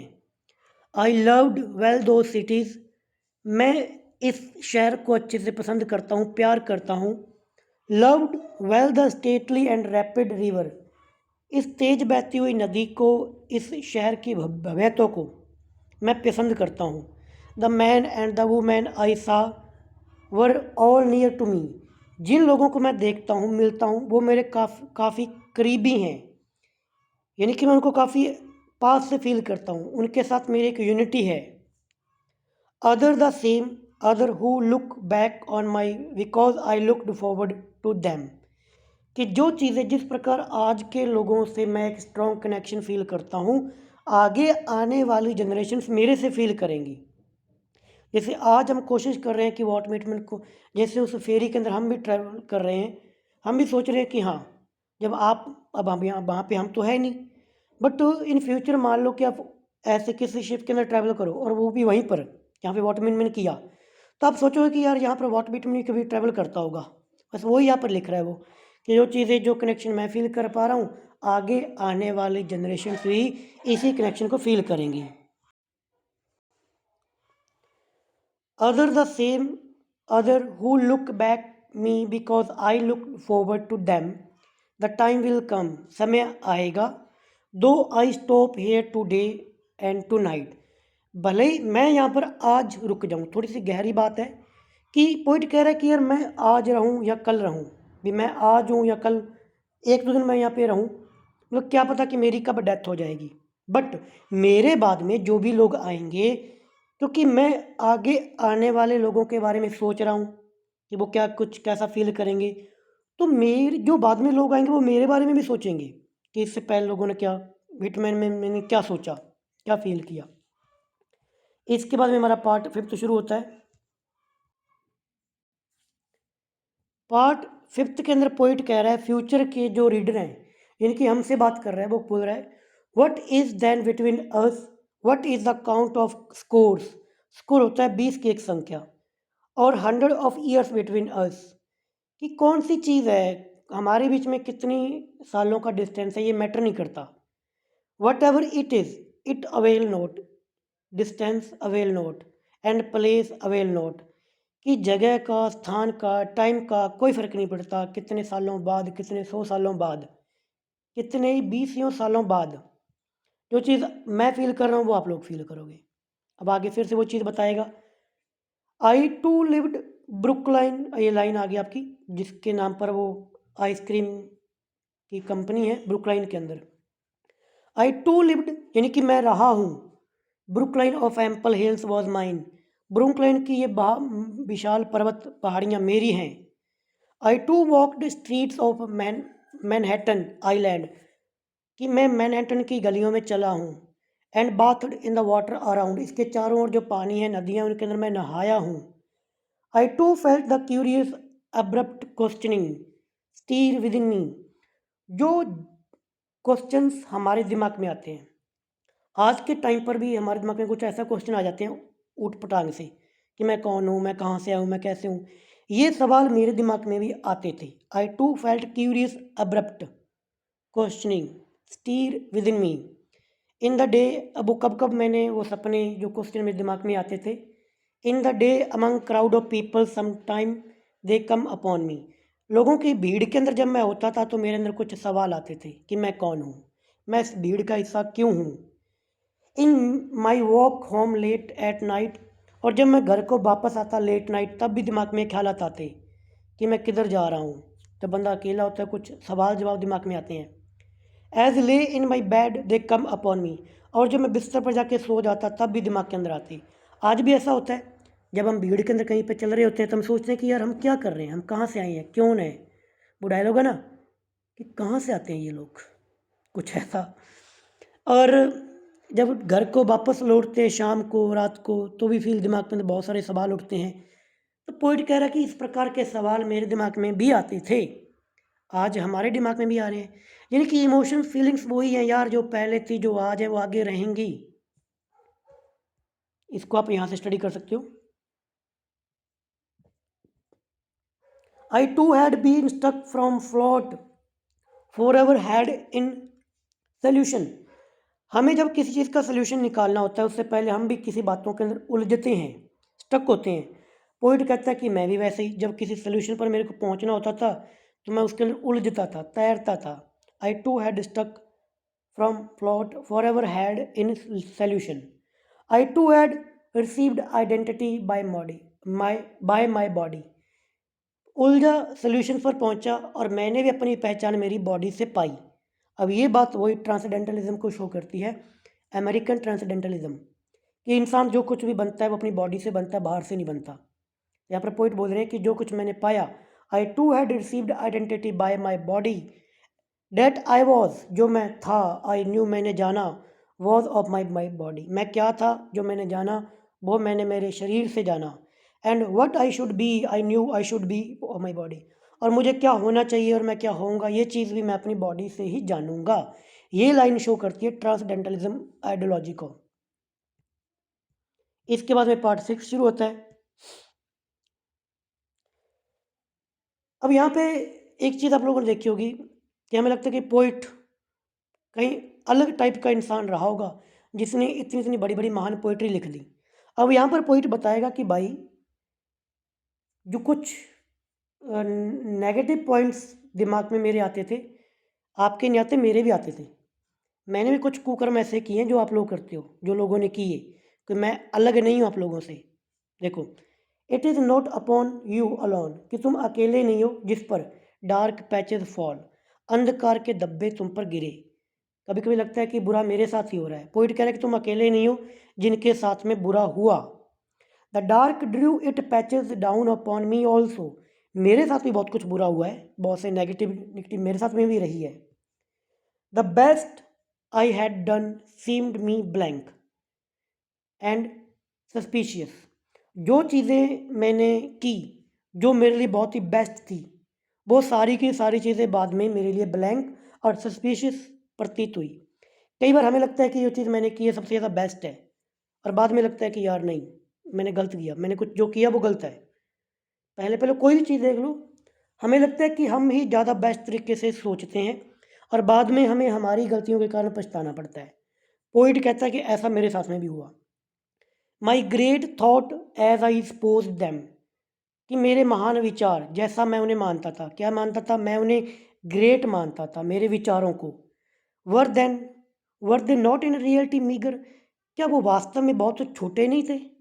यानी कि बाद में मेरे मेरे ग्रेट थॉट मेरे को छोटे लगने लगे। अब ये चीज़ें पहले भी लोग सोचते थे, वॉल्ट व्हिटमैन भी सोचता है और आज हम भी सोचते हैं। Nor is it you alone who know what is to be evil. तुम अकेले नहीं हो ये मानते हो कि बुरा क्या होता है। यानी कि बुराई सिर्फ तुम्हारे अंदर नहीं है। आई एम ही, मैं वो, who knew what is was to be evil. मैं भी जानता हूँ कि बुराई क्या होती है। यानी कि सिर्फ बुरे काम तुम लोगों ने नहीं किए, बुरे काम मैंने भी किए। वो बुरे काम कौन कौन से हैं, आप यहाँ से पहले इन लाइनों को समझना चाहो तो यहाँ से समझ सकते हो। वो कौन कौन से बुरे चीज़ें अब देख लो। I too knitted the old knot of contrariety. Contrary word है कॉन्ट्राडिक्शन से, विरोधी। नोट होता है किसी चीज़ की बुनाई करना, कि मैंने भी वो पुराने ताने बाने बुने हैं कॉन्ट्राडिक्शन के, कि मैं समाज कुछ कहता था और मैं कुछ और करता था, जैसे यूथ करता है। लोग हमारे से कुछ और उम्मीदें रखते हैं, हम कुछ और करते हैं। वो चीज़ें कौन कौन सी हैं, यहाँ पे पूरे वर्ड दिए हुए हैं। इनकी इंग्लिश मीनिंग देख लो, साथ में हिंदी मीनिंग देख लो। सिंपली कहूँ तो जैसे कि बैबल, बेखबर बोलना, कुछ दिमाग में जो आया वो बोल दिया। ये सारी चीज़ें जो आएंगी वो पोइट कहता मैंने की है, आप पहले भी लोग करते थे और आगे भी करेंगे। बैबल्ड, ब्लश यानी कि लाल होना, यानी कि गुस्सा करना। लोग भी गुस्सा करते थे, मैं भी करता हूँ, आप लोग भी करोगे।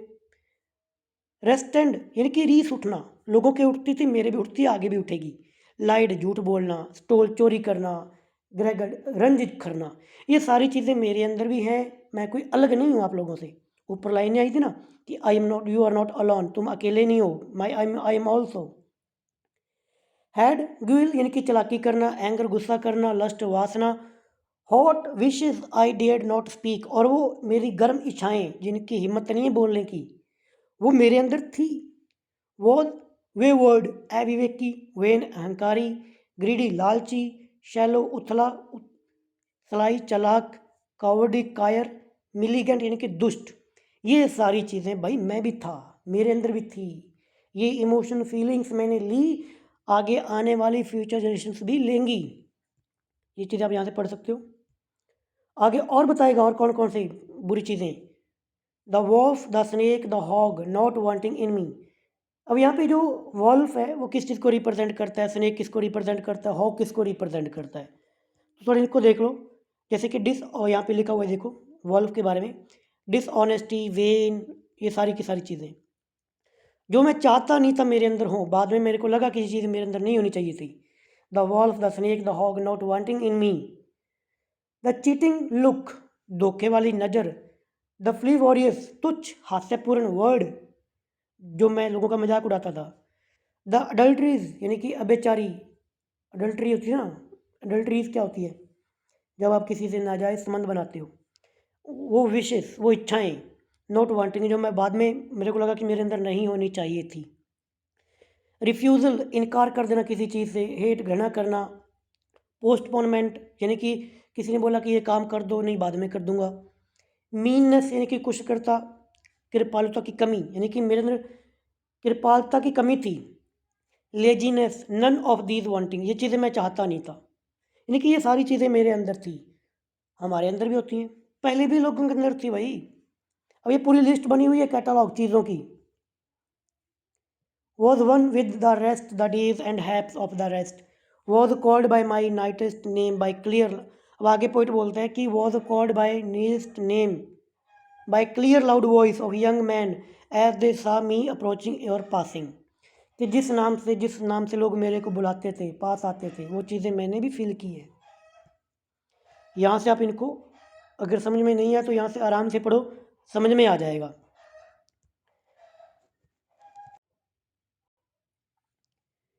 Felt their arms on my neck as I stood or negligent, leaning off their flesh against me as I sat। यहाँ पर पोइट वहाँ पे लोगों को बताते हैं कि जब बोट के अंदर वो ट्रैवल करते थे तो कुछ लोग होते हैं ऐसे कंधे पे अपने बाजू रख लेते हैं, साथ में झुक जाते हैं, खड़े हो जाते हैं। कहते वो चीज़ मैं उनके साथ ऐसे रहा। Felt their arms on my neck as I stood or negligent, leaning on their flesh against me as I sat। Saw many I loved in street or ferry boat or public assembly, yet never told them a word. Lived the same life with the rest, the same old laughing, gunning, spilling. कहने मतलब कि जिस प्रकार की ordinary life लोगों ने spend की वो मैंने भी की है और आगे आने वाली फ्यूचर जनरेशन्स भी करेंगी। यहाँ से आप समझ सकते हो Whitman describing ordinary human interactions and connections.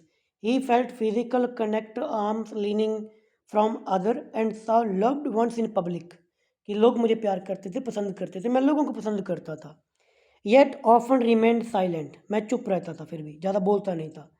He emphasize that he share the same everyday life, आगे वो एम्फेसाइज करते हैं एवरीडे की लाइफ को, laughing, struggling and sleeping just like everyone else, highlight the university of human experience. ये चीज़ें भी यही दिखाती हैं कि ह्यूमन के एक्सपीरियंस को, ये चीज़ें आज भी हम लोग फील करते हैं, पहले भी करते थे। Played the part that still looks back on the actor और एक्टर्स, कि जो लोग जैसे हम एक एक्ट्रेस और एक्ट्रेस के रूप में जैसे अपना रोल अदा कर रहे हैं, वही रोल मैंने भी अदा किया अपना सोसाइटी के अंदर।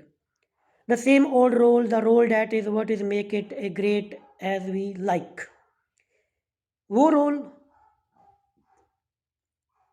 जो हम सोसाइटी के अंदर जैसा रोल अदा करेंगे वो हमें उतना की महान बना देगा। और as small as we like, बहुत ग्रेट एंड स्मॉल, कि जिस प्रकार के एक्ट आप सोसाइटी के अंदर करोगे वो या तो आपको उतना महान बना देंगे जितना आप चाहते हो, या फिर जितना आप चाहते हो कि मैं सोसाइटी में गिरा हुआ महसूस करूं उतना आपको गिरा भी देंगे। Whitman reflect the life as a role, जिंदगी का रोल और performance that each person plays, जो हर एक इंसान प्ले करता है रोल, भूमिका इस सोसाइटी के अंदर।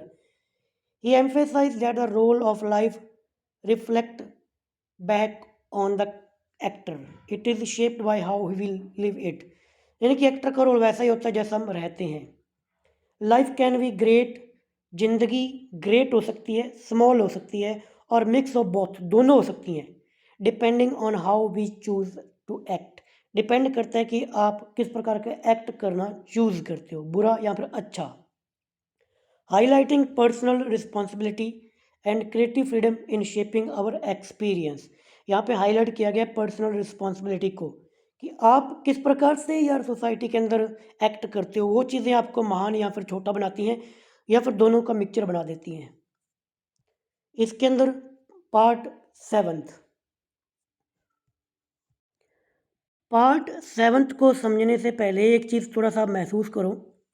मान लो कि आप में से कोई आज पोइम लिख रहा है और आप पोइम लिख रहे हो कि भाई फ्यूचर में जो भी उसको बंदा पढ़े और उसको आप अपनी पोइम के अंदर ये बताना चाहते हो कि भाई जो मेरा रीडर फ्यूचर के अंदर होगा, मैं तुम्हारे बारे में बहुत सोच रहा हूँ, बहुत विचार कर रहा हूँ कि तुम क्या सोचोगे, कैसे रहोगे। और मुझे लगता है कि भाई शायद जो फ्यूचर में रीडर जो तुम पढ़ रहे हो ना, तुम उतना सोच भी ना सको कि मैंने तुम्हारे बारे में कितना सोचा। अब ये चीज़ इस पोइम के अंदर हमें वॉल्ट व्हिटमैन ने बताई है। जब वॉल्ट व्हिटमैन ने ये पोइट्री को लिखा, जो इमोशंस हमारे बारे में, जैसे अभी मैं वीडियो रिकॉर्ड कर रहा हूँ तो मैं इस पोइम को पढ़ रहा हूँ, मेरे बारे में भी पोइट ने सोचा होगा। आप लोग पढ़ रहे हो वीडियो को देखकर या कहीं पर भी, तो आपके बारे में भी सोचा होगा, बट हम ये नहीं पता लगा सकते कि वॉल्ट व्हिटमैन ने कितना सोचा होगा। अब ये चीज़ यहाँ पे बताई गई है। Closer yet I approach you, कि मैं तुम्हारे पास आता हूँ, पोइट बोल रहा है। What thought you have of me now, कि तुम्हारे विचार क्या हैं मेरे बारे में। I had as much of you, उससे कई गुना विचार मेरे दिमाग में थे। I laid in my store in advance, और वो विचार मैंने एडवांस में ही तुम्हारे बारे में रख लिए थे। यानी कि अब हम पढ़ रहे हैं तो पोइट ने तब सोच लिया था कि भाई अब ये पोइम पढ़ेंगे। अब आप सोच रहे हो ना पोइट के बारे में कि यार पोइट ने क्या सोचा होगा, और पोइट कह रहा है कि ये विचार मैंने एडवांस के अंदर ही पहले सोच लिए थे तुम्हारे बारे में। काफ़ी गहरी सी बात है यहाँ पर। I considered long and seriously of you before you were born, कि तुम्हारे बारे में मैंने विचार किया था काफ़ी सीरियसली, बहुत पहले, तब तक तुम पैदा भी नहीं हुए थे। बताओ क्या मैं तब तक पैदा हुआ था या आप लोग पैदा हुए थे? वही चीज़ यहाँ पे लिखी हुई है। Who was to know what should come home to me, who knows what I am enjoying this. कौन जानता है कि मैं घर कैसे जाता था, मैं किस प्रकार का एंजॉय करता था। Who knows for all the distance, कौन जानता है इस डिस्टेंस को। But I am as good as looking at you now, for all you can not see me. और मैं वैसे ही था जैसा तुम मुझे अब देख नहीं सकते। मतलब हमें क्या पता वॉटमैन में कैसे घर जाते थे, क्या एंजॉय करते थे, बट थोड़ा बहुत हम आइडिया लगा सकते हैं। बट पोइट कहता है कि मैंने तुम्हारे बारे में पहले आइडिया लगा लिया था कि तुम क्या कुछ करोगे। यहाँ से आप इसको स्टडी कर सकते हो। ये पार्ट 7 था। इसके बाद में part 8, oh what can ever be more stately. अब यहाँ पे एडमायर करेंगे जो भी वहाँ पर चीज़ें हैं हैम्पटन के अंदर, ब्रुकलाइन के अंदर। और what can ever be more stately and admirable to me than most hemmed Manhattan. Manhattan, यहाँ पे वर्ड है मास्ट। मास्ट होता है वो खंबे मैंने आपको दिखाए थे, क्योंकि न्यूयॉर्क के अंदर क्या बने हुए हैं, स्तंभ बहुत बने हुए हैं। न्यूयॉर्क के अंदर वो आईफल टावर, टावर तो आप लोगों ने सुना ही होगा। तो न्यूयॉर्क काफ़ी बढ़िया सिटी है, वहाँ पर बहुत सारे ऐसे टावर लगे हुए हैं। तो पोइट कह रहा है कि इन टावरों से घिरे हुए मैनहट्टन, इससे और कौन सी चीज़ मेरे को भव्य और एडमायरेबल हो सकती है। River and sunset scalloped edge wave of flood tide, यहाँ की ये नदी, इसके अंदर उड़ती हुई लहरें, सूर्य का छिपना, यहाँ पर आने वाले जवार भाटे, ये सारी चीज़ें कौन सी चीज़ है जो मेरी, जो इनसे ज़्यादा और मेरे को भव्य और एडमायरेबल लग सकती है। The sea gulls osculating their bodies, the hay boat in the twilight and the blended lighter, यानी कि वही बातें, यहाँ पर उड़ने वाले सी गर्ल्स, उनकी बॉडी का फ्लोट करना। हे बोट यानी कि घास से भरी हुई नाव जो शाम को आती है, ट्वेलाइट सांझ की रोशनी में आती है। ब्लेंटेड यानी कि ब्लेंटर लाइटर, माल वाली नाव। ये चीज़ें, इन चीज़ों से और कौन सी चीज़ है जो मेरे को ज़्यादा बढ़िया लग सकती है। यहाँ पे आप इसको स्टडी कर सकते हो।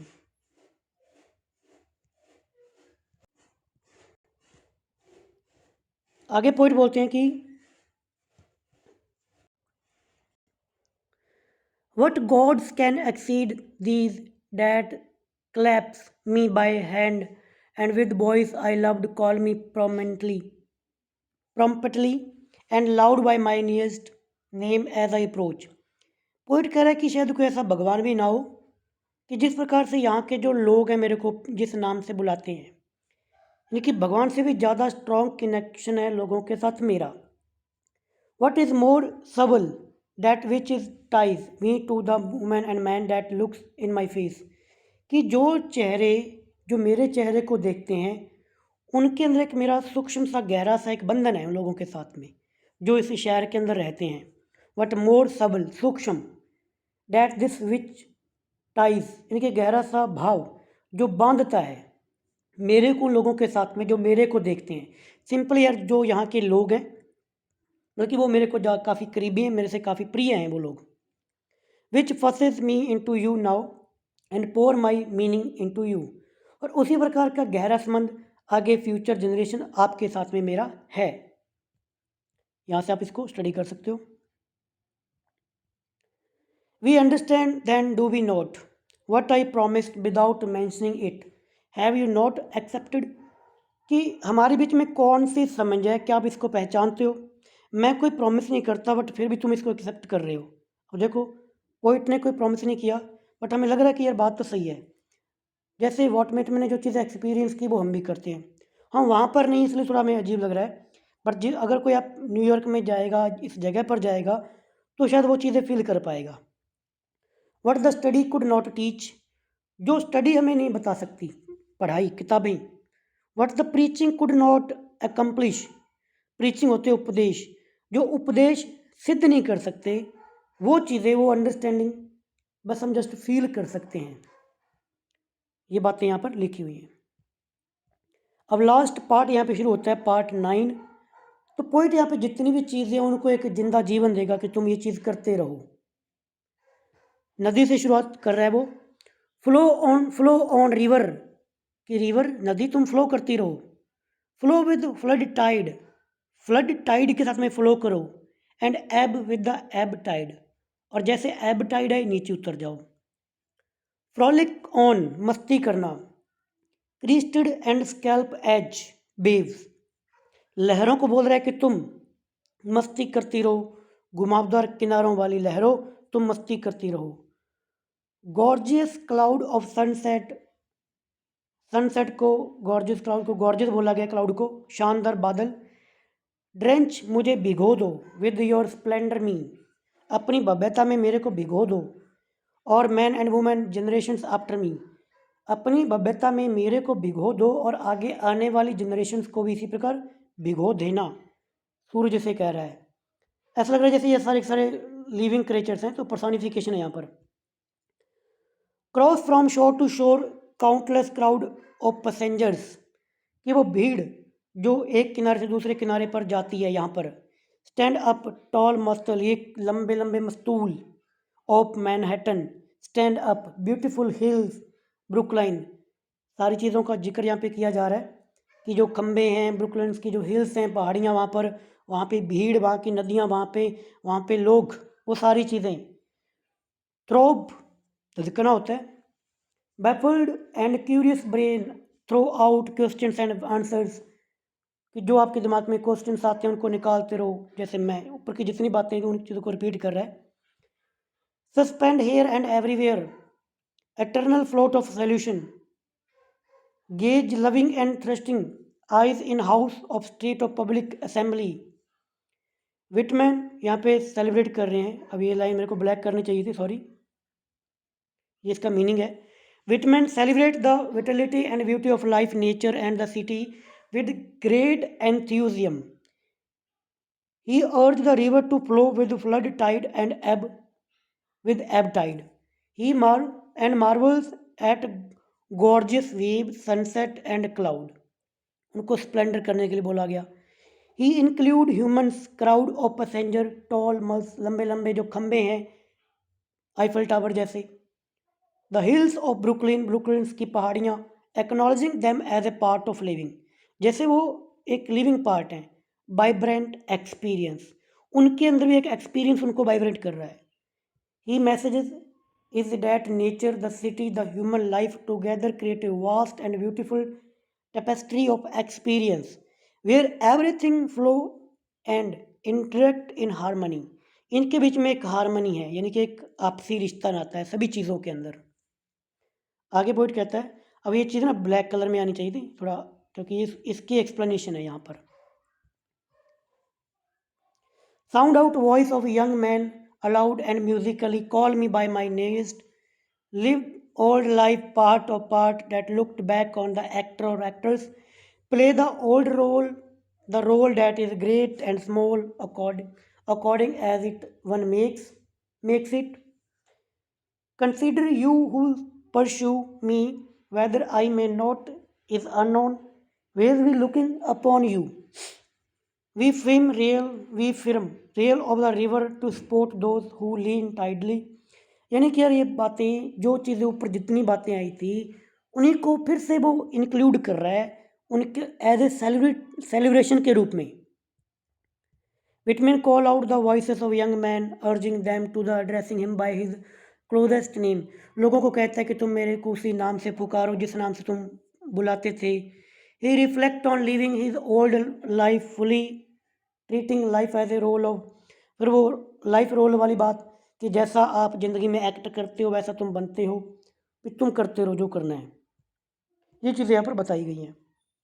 आगे वो सीगल्स को बोलेगा, fly on sea words, fly sideways, और wheel in the large circle high in the air, कि हवा के अंदर तुम उड़ते रहो, घूमते रहो। रिसीव द समर स्काई, कि तुम भी समर स्काई को रिसीव करो। यू वाटर, पानी को बोल रहा है। The faithfully hold it till the downcast eyes have time to take it from you, कि टाइम, पानी के अंदर जो चीज़ें हैं, नदी को बोल रहा है कि तुम इन चीज़ों को होल्ड करके रखो। Diverge pines spoke of light, वो जो सूर्य की किरणें पानी के अंदर पड़ती हैं। From the shape of my head and once head, आगे जो भी है उसको देखें।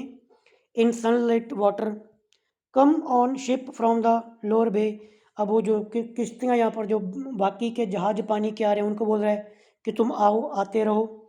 पास अप और down, white sailed, schooners, sloops, lighter, flaunt away flag. अब जो जितने भी अलग अलग नेशंस के झंडे वहाँ पर लगे हुए हैं उन जिलों के 5 डिस्ट्रिक्ट ना, उनके झंडे से अलग अलग, उनको बोल रहे कि तुम फ्लैग वो लहराते रहें। लॉर्ड द सनसेट, और शाम को उनको उतारा जाए। Burn high your fire foundry, chimneys, cast black shadows at nightfall, cast red and yellow light over the tops of the houses. ये सारे की सारी बातें पीछे आई थी। जो चीज़ें वो तब बोल रहा था कि पोइट ये करती हैं, उन्हीं को बोल रहा है कि अब भी वो चीज़ें ये चीज़ करो कि भट्टियों के अंदर आग जलती रहे, घरों के अंदर उजाला होता रहे, नाव यहाँ पर आते रहे, पक्षी आसमान में उड़ते रहे, पानी, सारे हर एक चीज़ यहाँ पर दिखाई गई है। यहाँ से आप इनको स्टडी कर सकते हो। Appearance now hand after indicate what you are. Appearance, ये बढ़िया लाइन है कि तुम कैसे दिखते हो। नाउ और hand after indicate what you are, और वो बताता है कि तुम कैसे हो, यानी कि जैसा तुम दिखोगे वैसे तुम हो। You necessarily film continue to envelop the soul. भले ही अंदर से तुम कैसे हो वो एक धुंधला सा चेहरा आपका हो सकता है। थोड़ी सी फिलोसफिकल बातें यहाँ पर है। About my body for from me, कि मेरी बॉडी से जो मैं हूँ, and your body for you, मैं अपने शरीर से जो हूँ, तुम अपने शरीर से जो तुम हो, ये चीज़ें ऐसी ही रहेंगी। वही ट्रांसडेंटल थ्योरी यहाँ पे आ रही है। We hang out divinest arms, thrive, cities, bring your fit, bring your shows, ample, sufficient river, expand being the which none else, perhaps more spiritual, keep your places object than which none else is more lasting. Whitman emphasise, थोड़ा और clear कर देता हूँ, थोड़ी सी complicated line है यहाँ पर। Whitman emphasise that appearance and experience, appearance यानी कि आप कैसे दिखते हो और क्या चीज़ एक्सपीरियंस करते हो, surround the soul and reflect the essence of life, वो चीज़ आपकी आत्मा का एसेंस बनती है, जैसा दिखते हो, जैसा एक्सपीरियंस करते हो। Human bodies and experience act like divine arms, इंसानी बॉडी और एक्सपीरियंस डिवाइन अरोमास की तरह, खुशबू होती है अरोमा। अरोमा होटल भी है चंडीगढ़ के अंदर, यहाँ पर निंजा का सॉन्ग तेरी आदत पै गई है वो शूट हुआ था। वीडियो जाके देख लो, वहाँ पे पीछे लिखा हुआ है the aroma, sector 22। Spreading energy and meaning, cities, river and their gods should thrive the enrich life, यानी कि जो शहर, नदियाँ, गॉड, ये सारे के सारे इस लाइफ को एनरिच कर देते हैं, कनेक्ट कर देते हैं। Something are lasting and spiritual, something, कुछ चीज़ें, आर लास्टिंग होती हैं, हमेशा के लिए होती हैं, स्पिरिचुअल हमेशा के लिए स्पिरिचुअल होती हैं और हमेशा चलती हैं।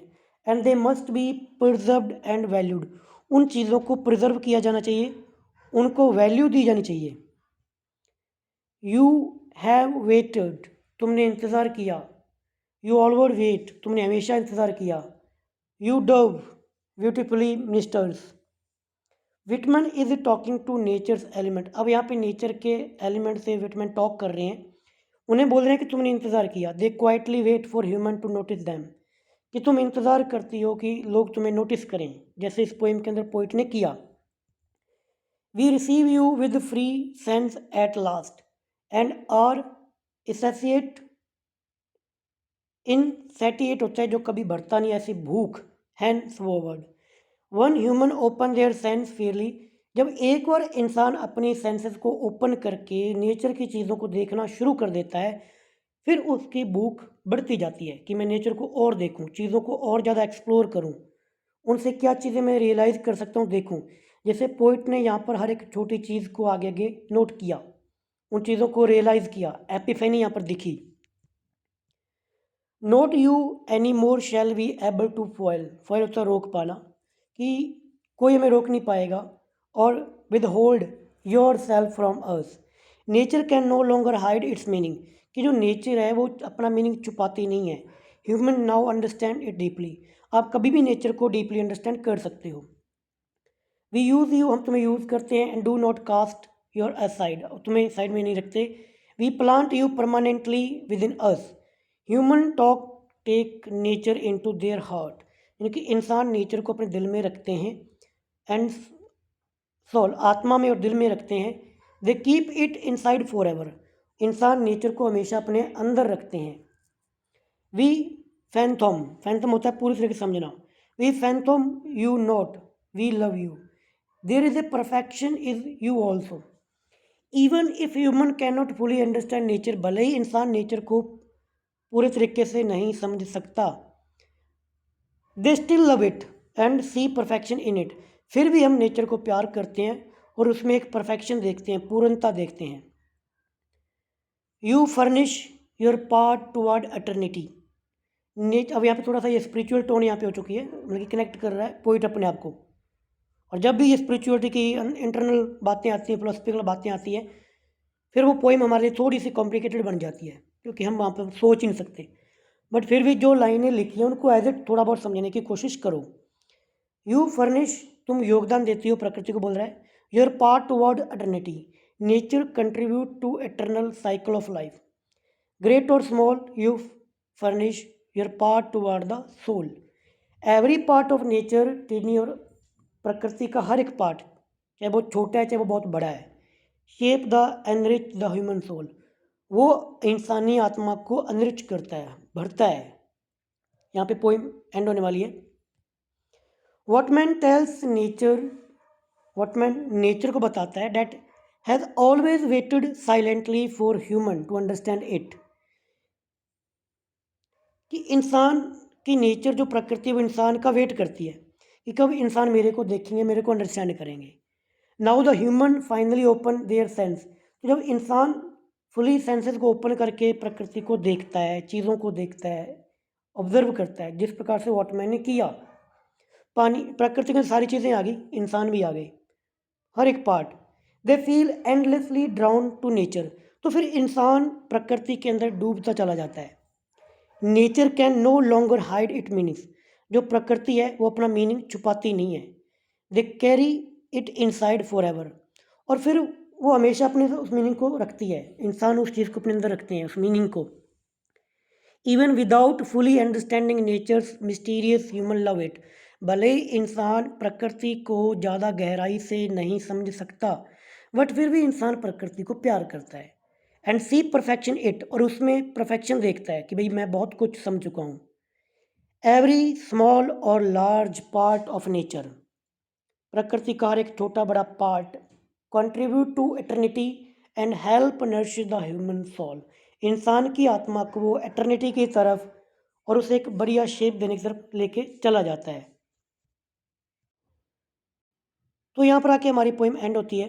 नीचे आप मेरी क्वालिफिकेशन देख सकते हो, कोई शो ऑफ नहीं है, ये चीज़ बताने के लिए कि जो आपको टीच करवा रहा है, जिसकी वीडियो आप वॉच कर रहे हो, उसके पास क्या क्वालिफिकेशन है। तो ठीक है भाई, आज की हमारी वीडियो यहाँ पे एंड होती है। उम्मीद करता हूँ कि आप लाइक करोगे, कमेंट करोगे, चैनल को सब्सक्राइब भी करोगे। नेक्स्ट वीडियो के अंदर मिलेंगे। Thank you, bye bye, take care.